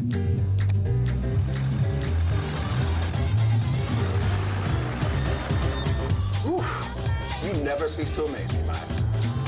See how investing with a JP Morgan advisor can help you. Visit your local Chase branch. Why are Subaru Outback owners always smiling? Because they've chosen the industry leader. Subaru.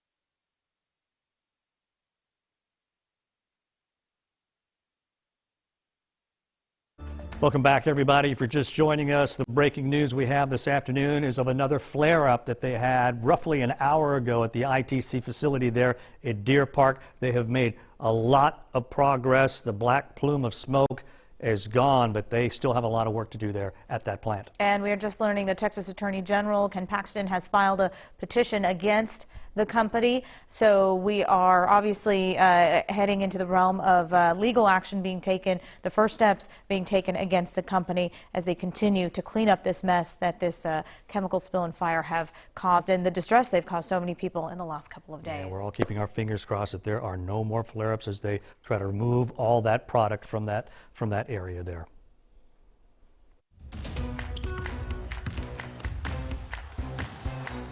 And of course there's this. The University of Houston men's basketball team will soon start dancing. Yeah, we are a little more than an hour away from tip-off of their March Madness opener, but the watch party is already underway in downtown Houston at our Avenida studio. Mia Gradney is there. Hey, Mia. We got our dancing shoes on. We're ready to go. The watch party is going to get underway here shortly. I got my friend Ian here with Cougar Brass. He's ready to play some music for fans who are joining out here on the Avenida. The plaza is going to be packed. There are monitors everywhere. Ian, you excited about this? I'm very excited. I just can't wait to watch the team and see what they do. So. Yeah, how exciting is it for you guys to see the men's basketball team at U of H come so far? It's pretty incredible. This season, watching everybody and watching all the guys get it just improve over the season, and all the new people show up. It's pretty spectacular. That's right. They're taking on Georgia State, right? U of H, a 3rd seed, Georgia State 14. Can you give us a little taste of what we're going to be hearing here at the watch party? All right. All right. We got Ian, part of the Cougar Brass at U of H, getting ready to do his thing. And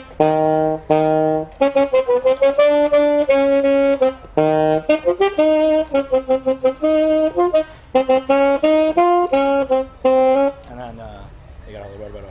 Oh, he's got a little something more. Hang on, wait for it.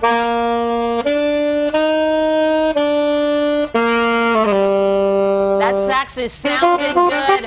We are ready for a major watch party here. It's going to be way more than a watch party. We got our live music. We got the marching band. We'll have cheerleaders. Mayor Turner is going to join us as well, all to root on our U of H men's Cougars basketball team. Our Matt Musil has been following their awesome journey, their wonderful season that they've been having, and we want to hear his prediction. Are the Cougs going to win tonight against the Panthers, Matty? Yes, definitely. I don't think it'll be easy. This is a team that loves to shoot the three in Georgia State. It won't be easy, but they should win this game. You can see behind me, folks are gathering.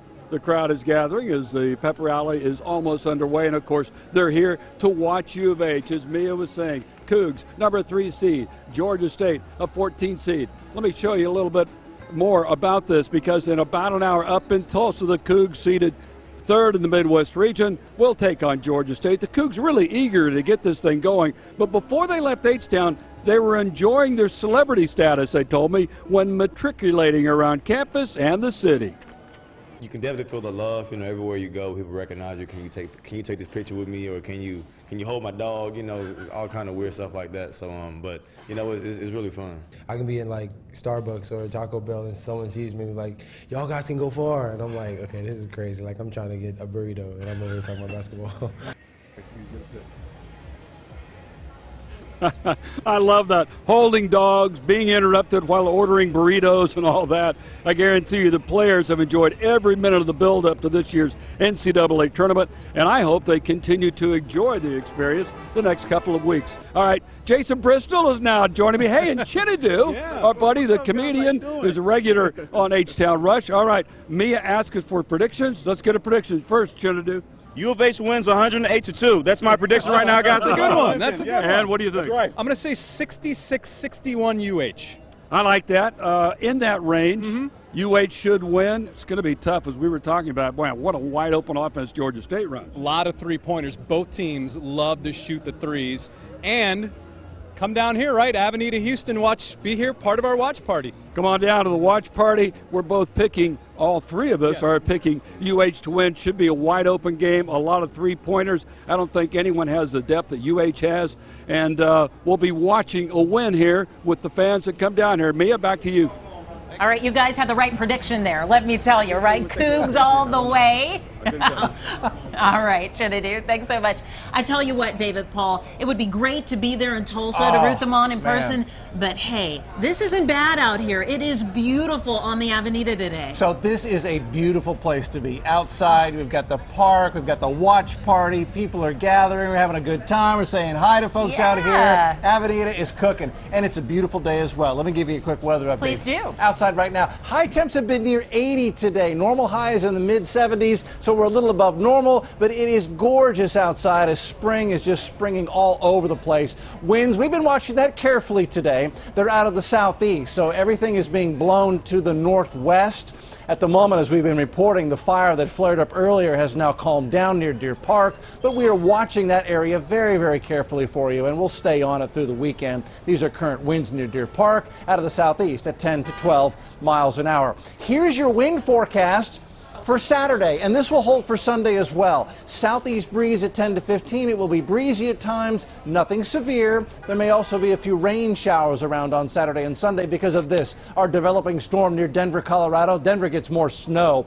We'll get a little bit of rain out of this over the weekend. I don't think this is a big washout. Here's the way this looks. Saturday, as we go through the afternoon and evening, a few scattered showers, hit or miss stuff. Sunday, a few scattered showers, hit or miss. Monday, a few scattered showers, hit or miss. I don't see any big thunderstorms or any rumblers or any severe weather threat, but a little breezy and a little bit of rain this weekend.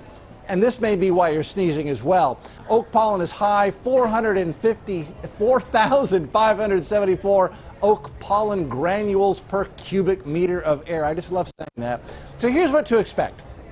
Tonight, a south breeze, mild temps. It's a beautiful evening to be outside, whether you come down and join us here at Avenida or whatever you're doing. Saturday, south breeze and a few showers. Not a washout, but a few showers off and on. Sunday is the same score. South breeze and a few showers off and on what will really be a pretty good spring weekend. A little mixed bag, little sun, little clouds, some rain off and on. That lasts into Monday. Look at Monday's high, 80. Whoa. And then we cool off again. Tuesday and Wednesday, lows in the 40s, highs in the 70s, low humidity again. Loving it. And let me tell you, that's why it feels so good out here right now. That humidity is low, the sun is out. We've got the Houston Cougars to watch. We're ready to revel in it. I tell you what, we're about an hour away from tip-off, but the party has already started here on the Avenida. We want you to come down and join us. There is still plenty of time. Coming up next, we're going to tell you all about the setup here at Avenida. We'll see you back here in just a second.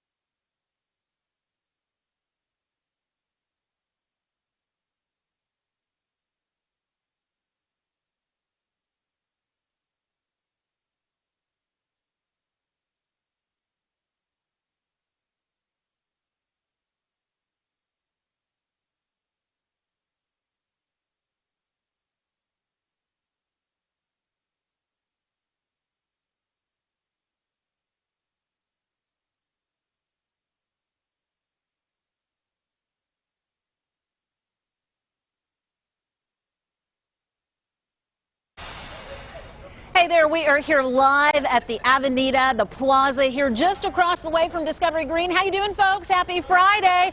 And it is a very exciting Friday for the city of Houston and Houston Cougar fans. The men's basketball team in their first matchup here for the big NCAA tournament. And there's a big street party going on. Folks making their way just a few yards here away from us for a major watch party. There are half a dozen mini monitors and then one giant, huge, big screen for everyone to see the action happening in Tulsa tonight as the Cougs take on Georgia State and the Panthers. The Cougars have had one awesome season, win after win, 31 wins, making their way, making their name dominant in college basketball, that is for certain. And they have the fans to prove it as well. We're going to bring you some live shots from down there at the watch party coming up shortly. And hey, we know you can't make it to Tulsa. Way too late for that. No matter how quick you get in the car, get down to the airport, you know what you can do? Get in the car and join us here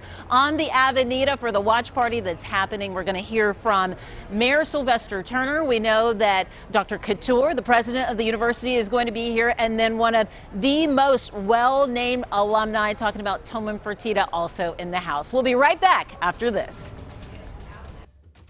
Don't miss the Hot Tub and Swim Spa Blow.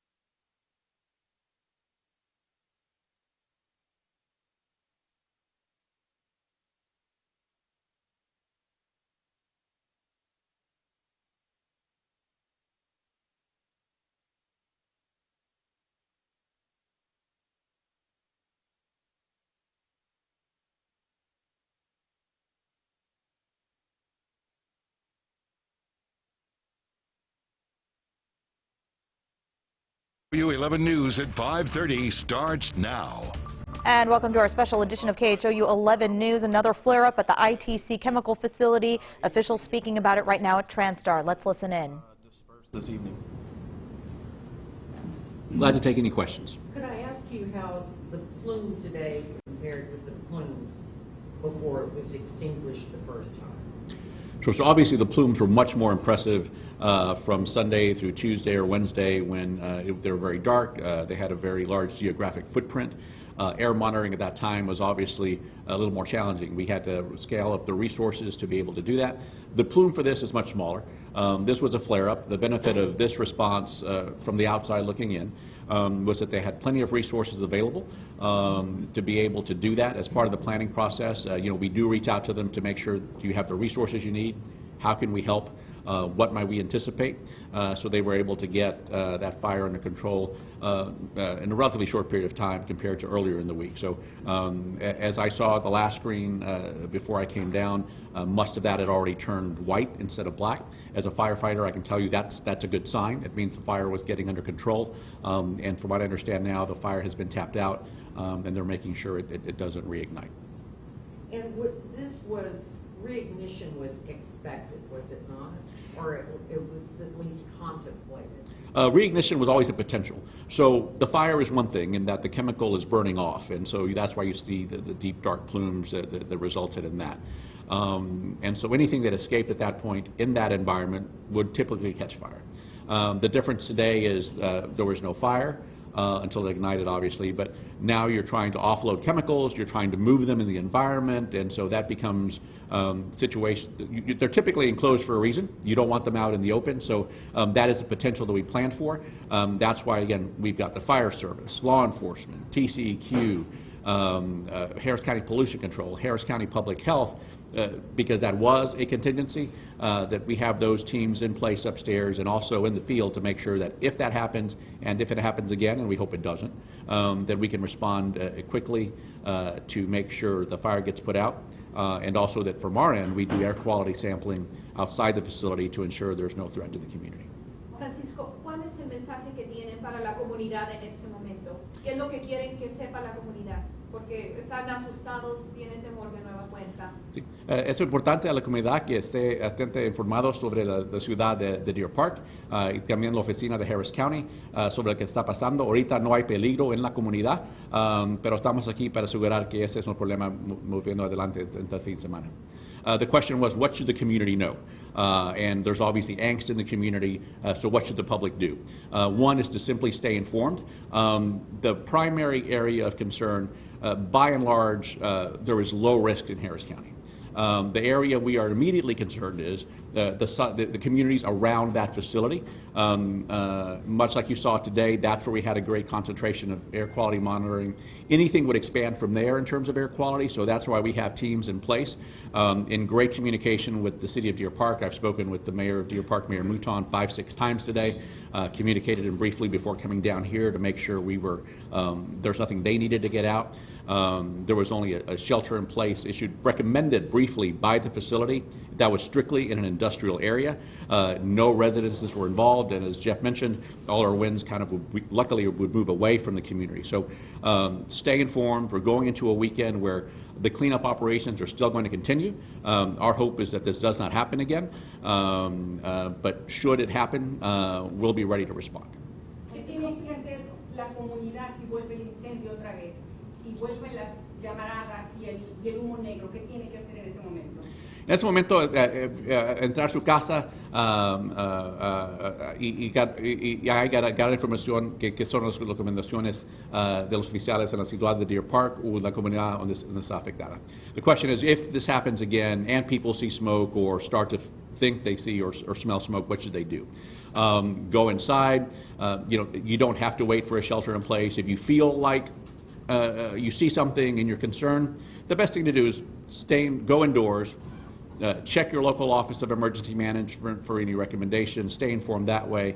And again, as Dr. Shaw and our public health team has said, if you feel you've impacted in any way and you want to just make sure everything is fine, check your primary care provider and get those symptoms checked out, and that'll give you peace of mind as well. I think we have time for one more question. Has the company yet determined exactly which chemicals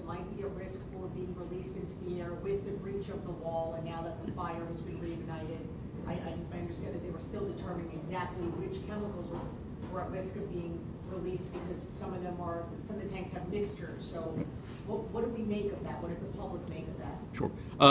The chemicals have not changed in terms of the ones that were there. They are all hydrocarbons. I think the gas, benzene is a component of all of those. We had toluene. So I would have to go back and get what particular tanks were affected. I think there were 4 from the initial report that I have today. But those are the kinds of chemicals that we have been planning for. There's no change in the response. The recommendations that public health has offered in terms of what kind of symptoms and how to take care of yourself, there's no change to that. If you go to readyharris.org or Harris County Public Health or Ready Harris social media, you can find links to our health department and the recommendations they have made. And Francisco, what did the air sampling show or results in? I don't have the specific numbers. I do know that immediately when it happened, we had those resources in place and to go do monitoring. Those came back pretty quickly. You saw how quickly the Ship Channel Bridge was opened and then closed. That was to allow our first responders to go out and get a sample. And they sampled multiple times. All of those levels, I don't have the numbers, were definitely beneath the level that would cause any concern. How many, could I ask how many, how you say the levels are low, what does that mean? Give us, is it half, if it was double that, would that be of concern? Or give us a sense of, on a scale of 1 to 10, what low means? Yeah, I'm not going to speculate. I trust our first responders and health officials that have spent a great deal of time, I can assure you, over the past several days to establish what those thresholds are. I do know that those thresholds are very conservative. That means if the recommendation was the threshold here to make actionable, in a very pro-forward leaning response, our officials in Harris County said, if this is the level, our level ought to be a little bit lower, and that will trigger action. So I don't know the specifics, but I do know that the readings they got, they were very comfortable saying there was no action that needed to take place outside the site. So, tell me what level 3 activation means and how this fits into that. Sure. So a level 3 activation is largely, when we say Harris County is at level 3, all right, we've been listening live to the latest from the Harris County Office of Emergency Management talking about the reignition of flames and smoke that we saw at 4 o'clock at the ITC plant in Deer Park and how they're continuing to monitor that and hoping that it doesn't flare up again. Yeah, saying a very low risk for Harris County. At least they're monitoring the air. They have the teams in place, so of course they're staying on top of any new developments. All right, moving on now. The Mueller report has been delivered to the Attorney General's office. Special counsel Robert Mueller is reportedly not recommending any further indictments in the Russia investigation. Janelle Bluda is tracking these developments. Janelle. Ron Rick, it took 22 months to get to today, but finally the report is done and has been submitted to Attorney General William Barr. While it's submitted, we don't know exactly what's inside, but we do know there will be no new indictments from Mueller. It is not clear whether the report or any part of it will be made public. That's left to Barr's discretion. Mueller was given the job of examining possible Russian interference with the 2016 election.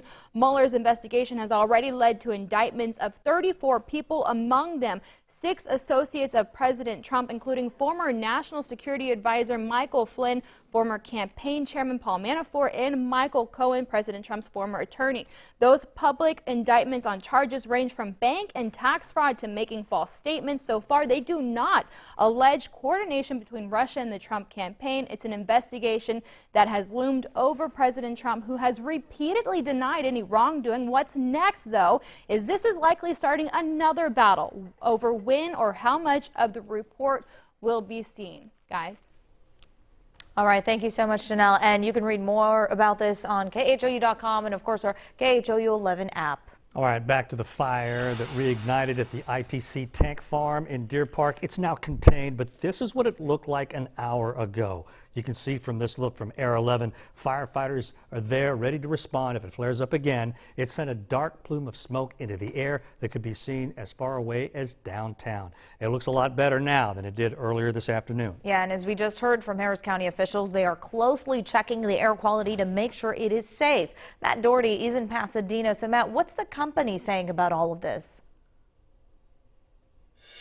Well, we're still waiting to hear an official response from the company. They haven't been able to tell us anything about those chemicals that flared up earlier today. All they're saying is that it happened on the west side of the tank farm. We're about 5 miles from the location right now. We were only a mile up the road earlier when we first started to see some of that black smoke coming up from that area over there in Deer Park. Now you can see it's just kind of a gray haze up in the sky.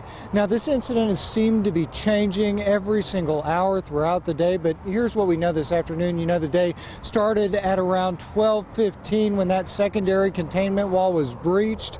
That wall is designed to trap the runoff from those chemicals and foam used to extinguish the tank fires, keeping them from exposing the surrounding area.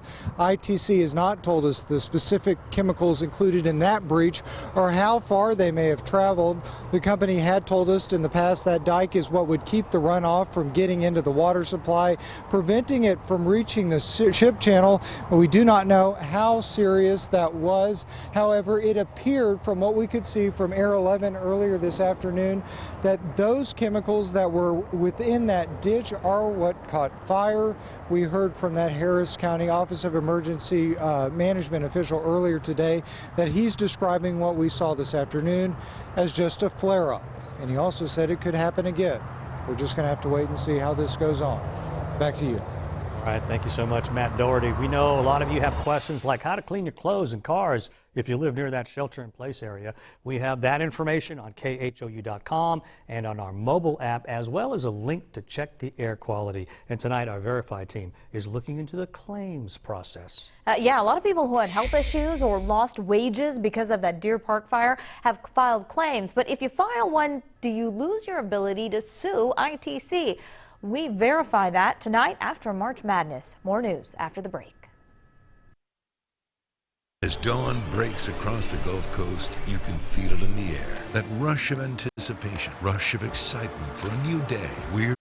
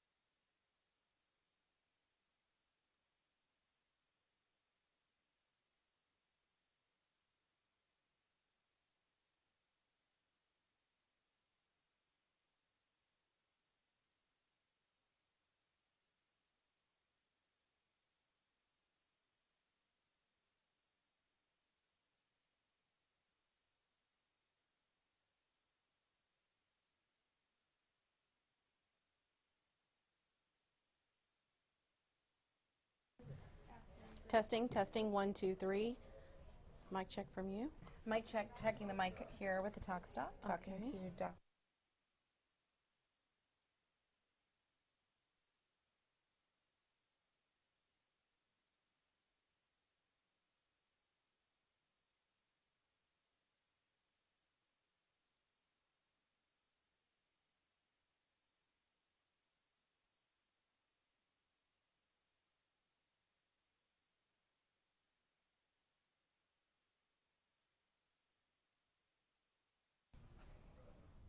Hey everybody, I'm Grace White coming to you live from the KHOU Newsroom along with our talk stock, Dr. Noreen Khan-Mayberry. Thanks so much for being here all week with us. Thank you. Thank you so much for having me. It's a pleasure. Still getting a lot of questions on social media. People are Right. asking, you know, if there's no shelter in place currently. Right. But what should people do to stay safe?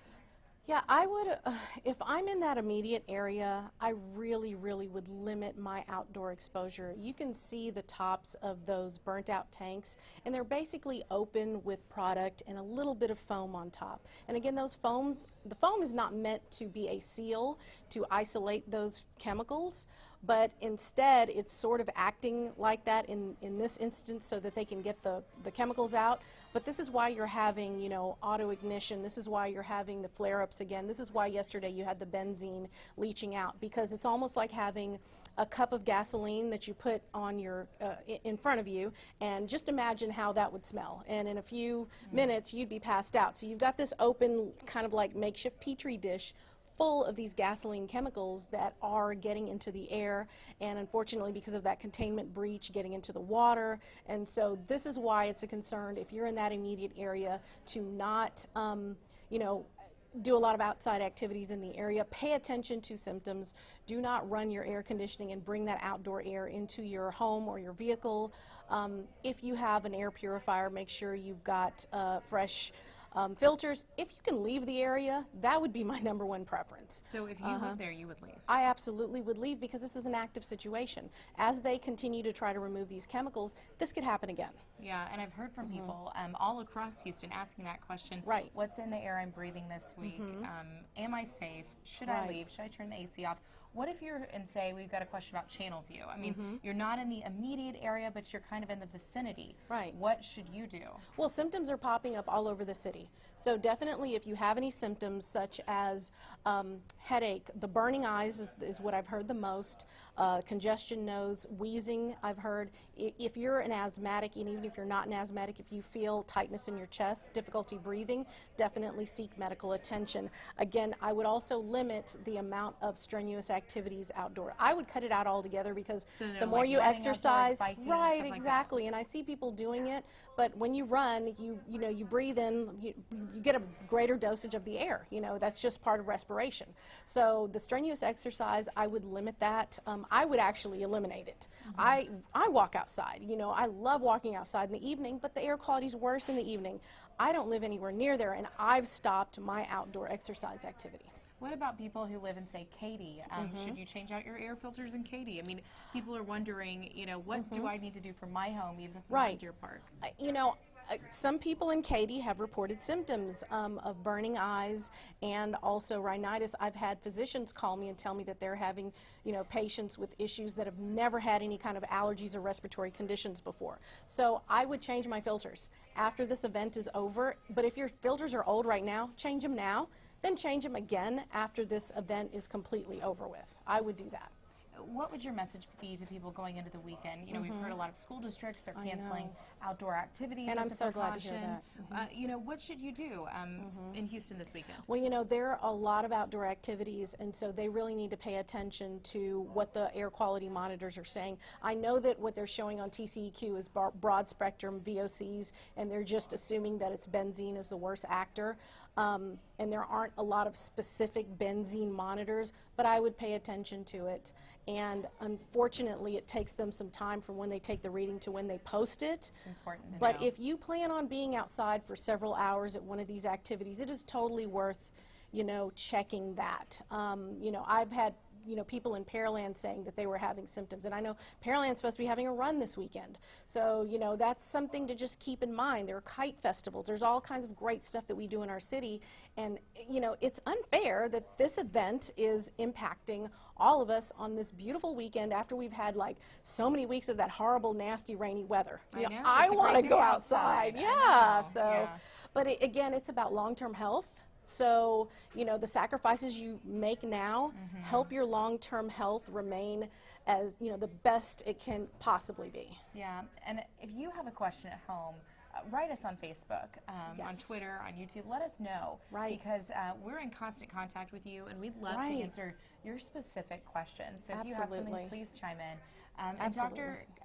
Conway, what's the #1 question you're getting today, especially in the last few hours, I guess? Right. So a lot of people want to know what they can wear, what they can put on, and those dust masks, they simply do not work. I bought one the other day. I know, but that's for particles. Now, let me say this. Now that we've got this lower plume, they're talking about, well, the plume is much smaller, but it's lower to the ground, and that means it's going to reach people. So there are smoke particles in that plume that are dangerous. Those are pyrolysis products. So those masks you see at Home Depot, those protect against particles. But not necessarily benzene. Not at all for chemicals, not at all for solvents. Those solvents go right through it. It's like having nothing on. It is a waste of time and money. But again, I would pay attention to the PM monitors around that area because the plume is lower. Okay, and again, PM? Particulate matter. So, particulate matter. What really, is that? Okay, so it's like dust, but it's really fine dust, but it's the soot, it's the smoke particles. Okay, and so think of like dust or soot in the air. Right, so remember during a fire, most people die of smoke inhalation. The reason why is because the smoke and the pyrolysis products, those are the little bitty particles that get deep into the lungs, the ultrafine particles. And that is the composition that's in this. That's why they have PM10, which is 10 microns or larger or less. PM 2.5 is 2.5 or less. PM1 is 1 micron or less. So you want to look at I think they only show PM 2.5 and PM10 monitors, but really the area of concern is that between 1 micron and lower. So that's really the area of concern. So again, I would pay attention, if I'm living around that Deer Park area, Galena Park, anywhere that's nearby, in that area of wherever the wind is carrying it, I really would not just be hanging outside or outdoors unless I absolutely had to just leave the house and go somewhere else. And if I saw smoke on the road, I would not drive through it. And how long could some of these symptoms last? I mean, if somebody thinks they have itchy eyes or, a cough today, could it last, into next week? I mean, what should they expect? So that depends on the individual, but it more so depends on the concentrations in the air that they're exposed to. Let's say the concentrations are like at 1.7 or 1.8 ppm that they saw in a couple of places earlier, but it goes down to like 0.02 ppm. That means that the symptoms are probably going to dissipate, hopefully. But if you feel sustained symptoms, definitely don't wait. Go see a doctor. I had someone that went to high school with me, telling me, how she couldn't even sleep laying down, and she's having to sit up sleeping. And I said, "Have you seen a doctor yet?" And she said, "Not yet." Go see the doctor. Go. Yeah, and they have those mobile clinics out in that Deer Park area. So the county's really trying to make that accessible. Take advantage of that, and people. Hopefully where they have them stationed, people aren't standing in line outside. I think about that. People don't think about, but I think about it because I don't want people getting additional exposure while they're waiting to go. One other question that was from social media earlier: how long do you have to be exposed to benzene for it to be an issue? I mean, So a minute? It depends on the concentration. So that's why they have different levels of standards. I've written air quality and water quality standards, international standards. Now, when you've got something called an IDLH, immediately dangerous to life and health, that's something like really high, like a 3,000 ppm, 30,000 ppm. There's different levels depending upon what part of the country. But I don't remember the exact ILDH right now. But that means if you see something that high, you got to go because immediately. Then there's like 15-minute exposures. Like get out, you've got 15 minutes to get away. Then there's time-weighted average. So you shouldn't be exposed to. Where can people get that information? All of that is on the EPA's website. You know what? I'll tweet those out later at Dr. Noreen, and I'd love to. Because Exactly. People have been asking that. Right. And I don't mean to interrupt, but I wanted you to know it's difficult. All these different agencies have different thresholds for what's safe. We've learned that this week. A lot. TCQ has a threshold. This company, ITC, has a threshold. Well, Reddy Harris has a threshold, and they're all different. And so people are looking at these numbers because we're directing them online, saying, hey, you can look at these air quality monitors, but they're not all the same. And these different agencies issue different warnings at different times. And so it's hard to understand. Company thresholds do not outweigh a federal standard or a state standard. Okay. The most stringent state standard is always going to be California EPA. Their standards tend to be more stringent than the Environmental Protection Agency. The EPA, that's our #1 standard. When you look at a NIOSH standard or an OSHA standard is specifically for workers. So if you're used to working in that environment, you've got a different set of standards than someone who's out in the general public. And you say that should be the standard you OSHA go by. should not be the standard you go by because we don't work with benzene. EPA should be. Okay. If we had Texas standards, TCEQ standards, I think the TCEQ standards match up with the EPA standards. We don't have our own state EPA standards like a California. Some states do, Texas does not. I would love to see legislation that would establish some of our own standards, but even more so than that, I'm okay with not having our own standards if we go by EPA, but more so than that, establish some safety restrictions and standards so that companies aren't sitting up there with 30 and 20-year-old tanks that have an end of life of 20 years, holding on to these kind of chemicals and putting us at risk and saying, well, nothing's happened now, and then you wait until this disaster happens. That's not fair. Yeah, actually, our lawmakers are in Austin this year in session, so we'll have to see if anything is accomplished. Yeah, I but see you can people bet that they're getting a lot of calls from people in the Houston area wondering, hey, how do we prevent this from happening again? I also just was curious personally, have you ever seen anything like this? You know, this many tanks burning inside the United States of America in this kind of metropolitan city for as long as it burned, no, absolutely not. Those foam chemicals could have been deployed on day one at the first tank. But if you're thinking, well, let's just let this one tank burn out, then that's what they said originally. Exactly. Just let this one tank burn out. That's not wise because you have all of these other tanks in close proximity. So then you go to 2 tanks burning, then you go to 5 tanks burning, then you go to 8, and then you're like, okay, well, let's write this check, and let's get the foam in finally. But you should have hired that private firefighting firm immediately to get rid of that, get rid of it in the first place. Don't just, let's let it burn. And then to say things like the smoke isn't toxic, we refer to that black smoke as toxic smoke. Because we know what it contains. Yeah, it contains chemicals. It contains chemicals, it contains carcinogens, cancer-causing chemicals that increase your risk of getting cancer. In this city, we don't need anything else to increase our risk of getting cancer. We don't wash our hands in benzene or gasoline anymore. That was something that was done in the 70s and whatever, and we know why we don't do it because people were getting leukemia from it. So we don't, to kind of say, oh, it's not a big deal. The thing that really shocked me the most is when they said it's like a backyard fire, a backyard barbecue. No one puts gasoline in their barbecue pit. They put butane in. These are totally different chemical profiles. No one puts a cancer-causing chemical in their barbecue pit. That just doesn't work. Wow, that's such good perspective. Anything else you want to add? Again, people at home, if you've got questions, we're answering them all night. If you're on Facebook, Twitter, YouTube, or our website, send us your questions on social media because we'll be talking to our talk stack and answering those questions. We want to get you answers. We know there's a lot of people that as they go home this evening, maybe they heard something that there was this flare up this afternoon. They saw maybe a picture of the smoke. Again, the fire right now at the ITC tank farm is contained. It's not out, but it's contained, so that's good news. But there's a lot of questions because of this flare-up.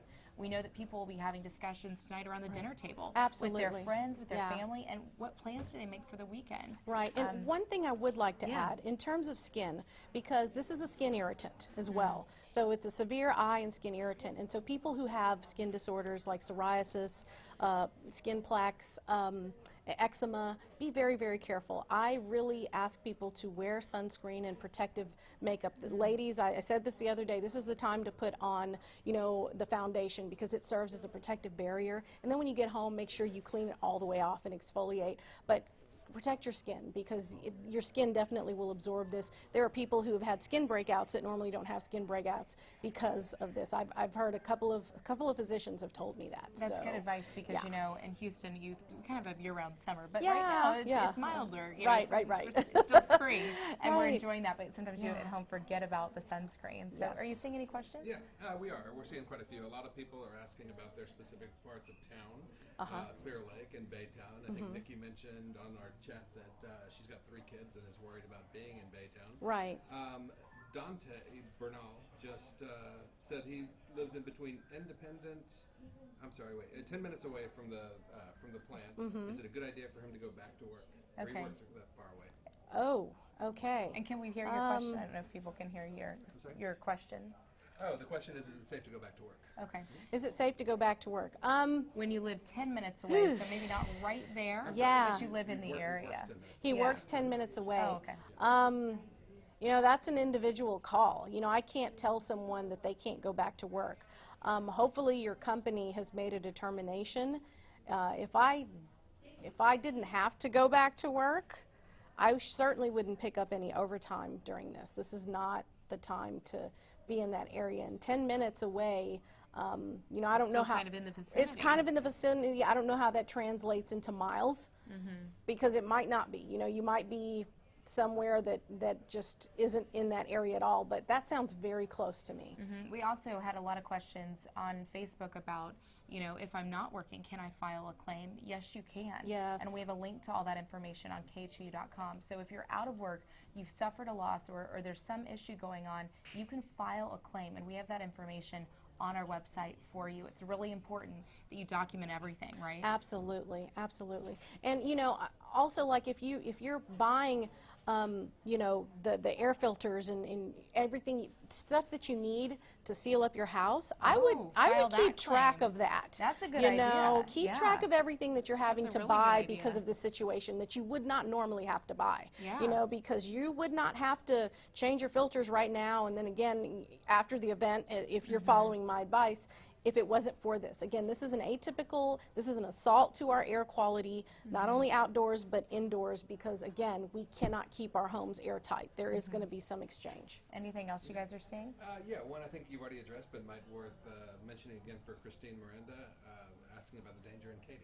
Okay, so the danger in Katy. We were talking about that. Right. People yeah. experiencing symptoms all over our area. There are people that are experiencing symptoms all over. So if you're in Katy and you're actually, you know, experiencing symptoms, then definitely go see a doctor. However, if you're not and, you know, you feel okay, then again, you know, limit the strenuous exercise outdoors, but, you know, live and work as usual, and just be very vigilant and very cautious for your pets. Don't let them go out, you know, side and have a lot of strenuous exercise. Watch your young children, watch people that have COPD, watch your elders. You know, just make sure that you watch out for others who may not be able to speak up as well for themselves. I also worry about a lot of these construction workers around the city.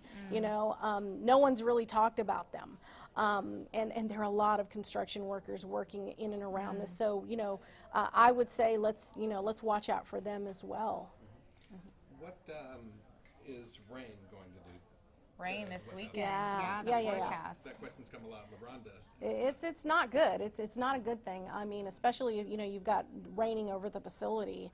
You know, it's not really a good thing. I wish I could say it would help the situation, but these are chemicals, you know, and as you just add water to those chemical tanks as they're open, it's not really an ideal situation at all. So again, this is why I keep saying this is an active situation.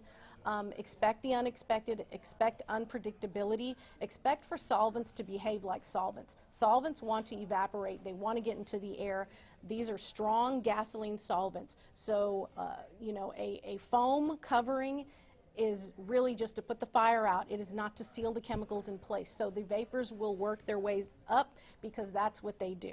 You know, just rely on them to behave the way they're supposed to, which means they're going to try to get into our air. And I would say, you know, check in with us throughout the weekend, because a lot of people unplug, and we want people to relax and enjoy that. But you know, this is a situation we saw today can change very quickly. Absolutely. Yeah. Anything else? Yeah. Is there a specific air filter you can recommend? Good question. An air filter, I would suggest there's an accordion filter that is supposed to have the smallest micron limit. Just ask when you go to I would suggest going to like maybe a hardware store so with people who actually know about air filters, and ask them what is the strongest air filter for air quality, the most aggressive that you would generally get if you were an asthmatic or you have allergies. You really want a really strong air filter, the kind that would generally you would only have to change once a quarter or once every 3 months. Use those. Speaking of allergies, I have a question. We have a lot of pollen in the air right now. How do you know the difference between a pollen allergy and, a chemical reaction? Right. So the pollen is like a physical irritant that leads to like histamine, reaction. And generally, you kind of know hay fever, but it's kind of it's difficult right now to distinguish because you have an assault on both ends right now potentially. You've got the low levels of the the benzene, the xylenes, the toluenes, the naphthalines. Plus you have high tree and grass pollen in the air. So if all of a sudden you're outside and you're around pollen and you start to sneeze, it's probably your general pollen allergy. But if you're not even in an area where there's a lot of pollen and you start to feel some of these same kind of symptoms, if you feel your eyes burning, you feel your throat burning, you feel wheezing, it's probably a chemical exposure. But either way, I wouldn't take the risk. If I'm starting to feel, these type of symptoms, and I normally don't, then I would definitely go see a doctor. Anything else online? We're not seeing a lot now. Okay. Well, thank you so much for joining us. These are great questions, and I know important information that we'll be following throughout the weekend. Yay! Thank you. I shouldn't have said yay. It's not funny.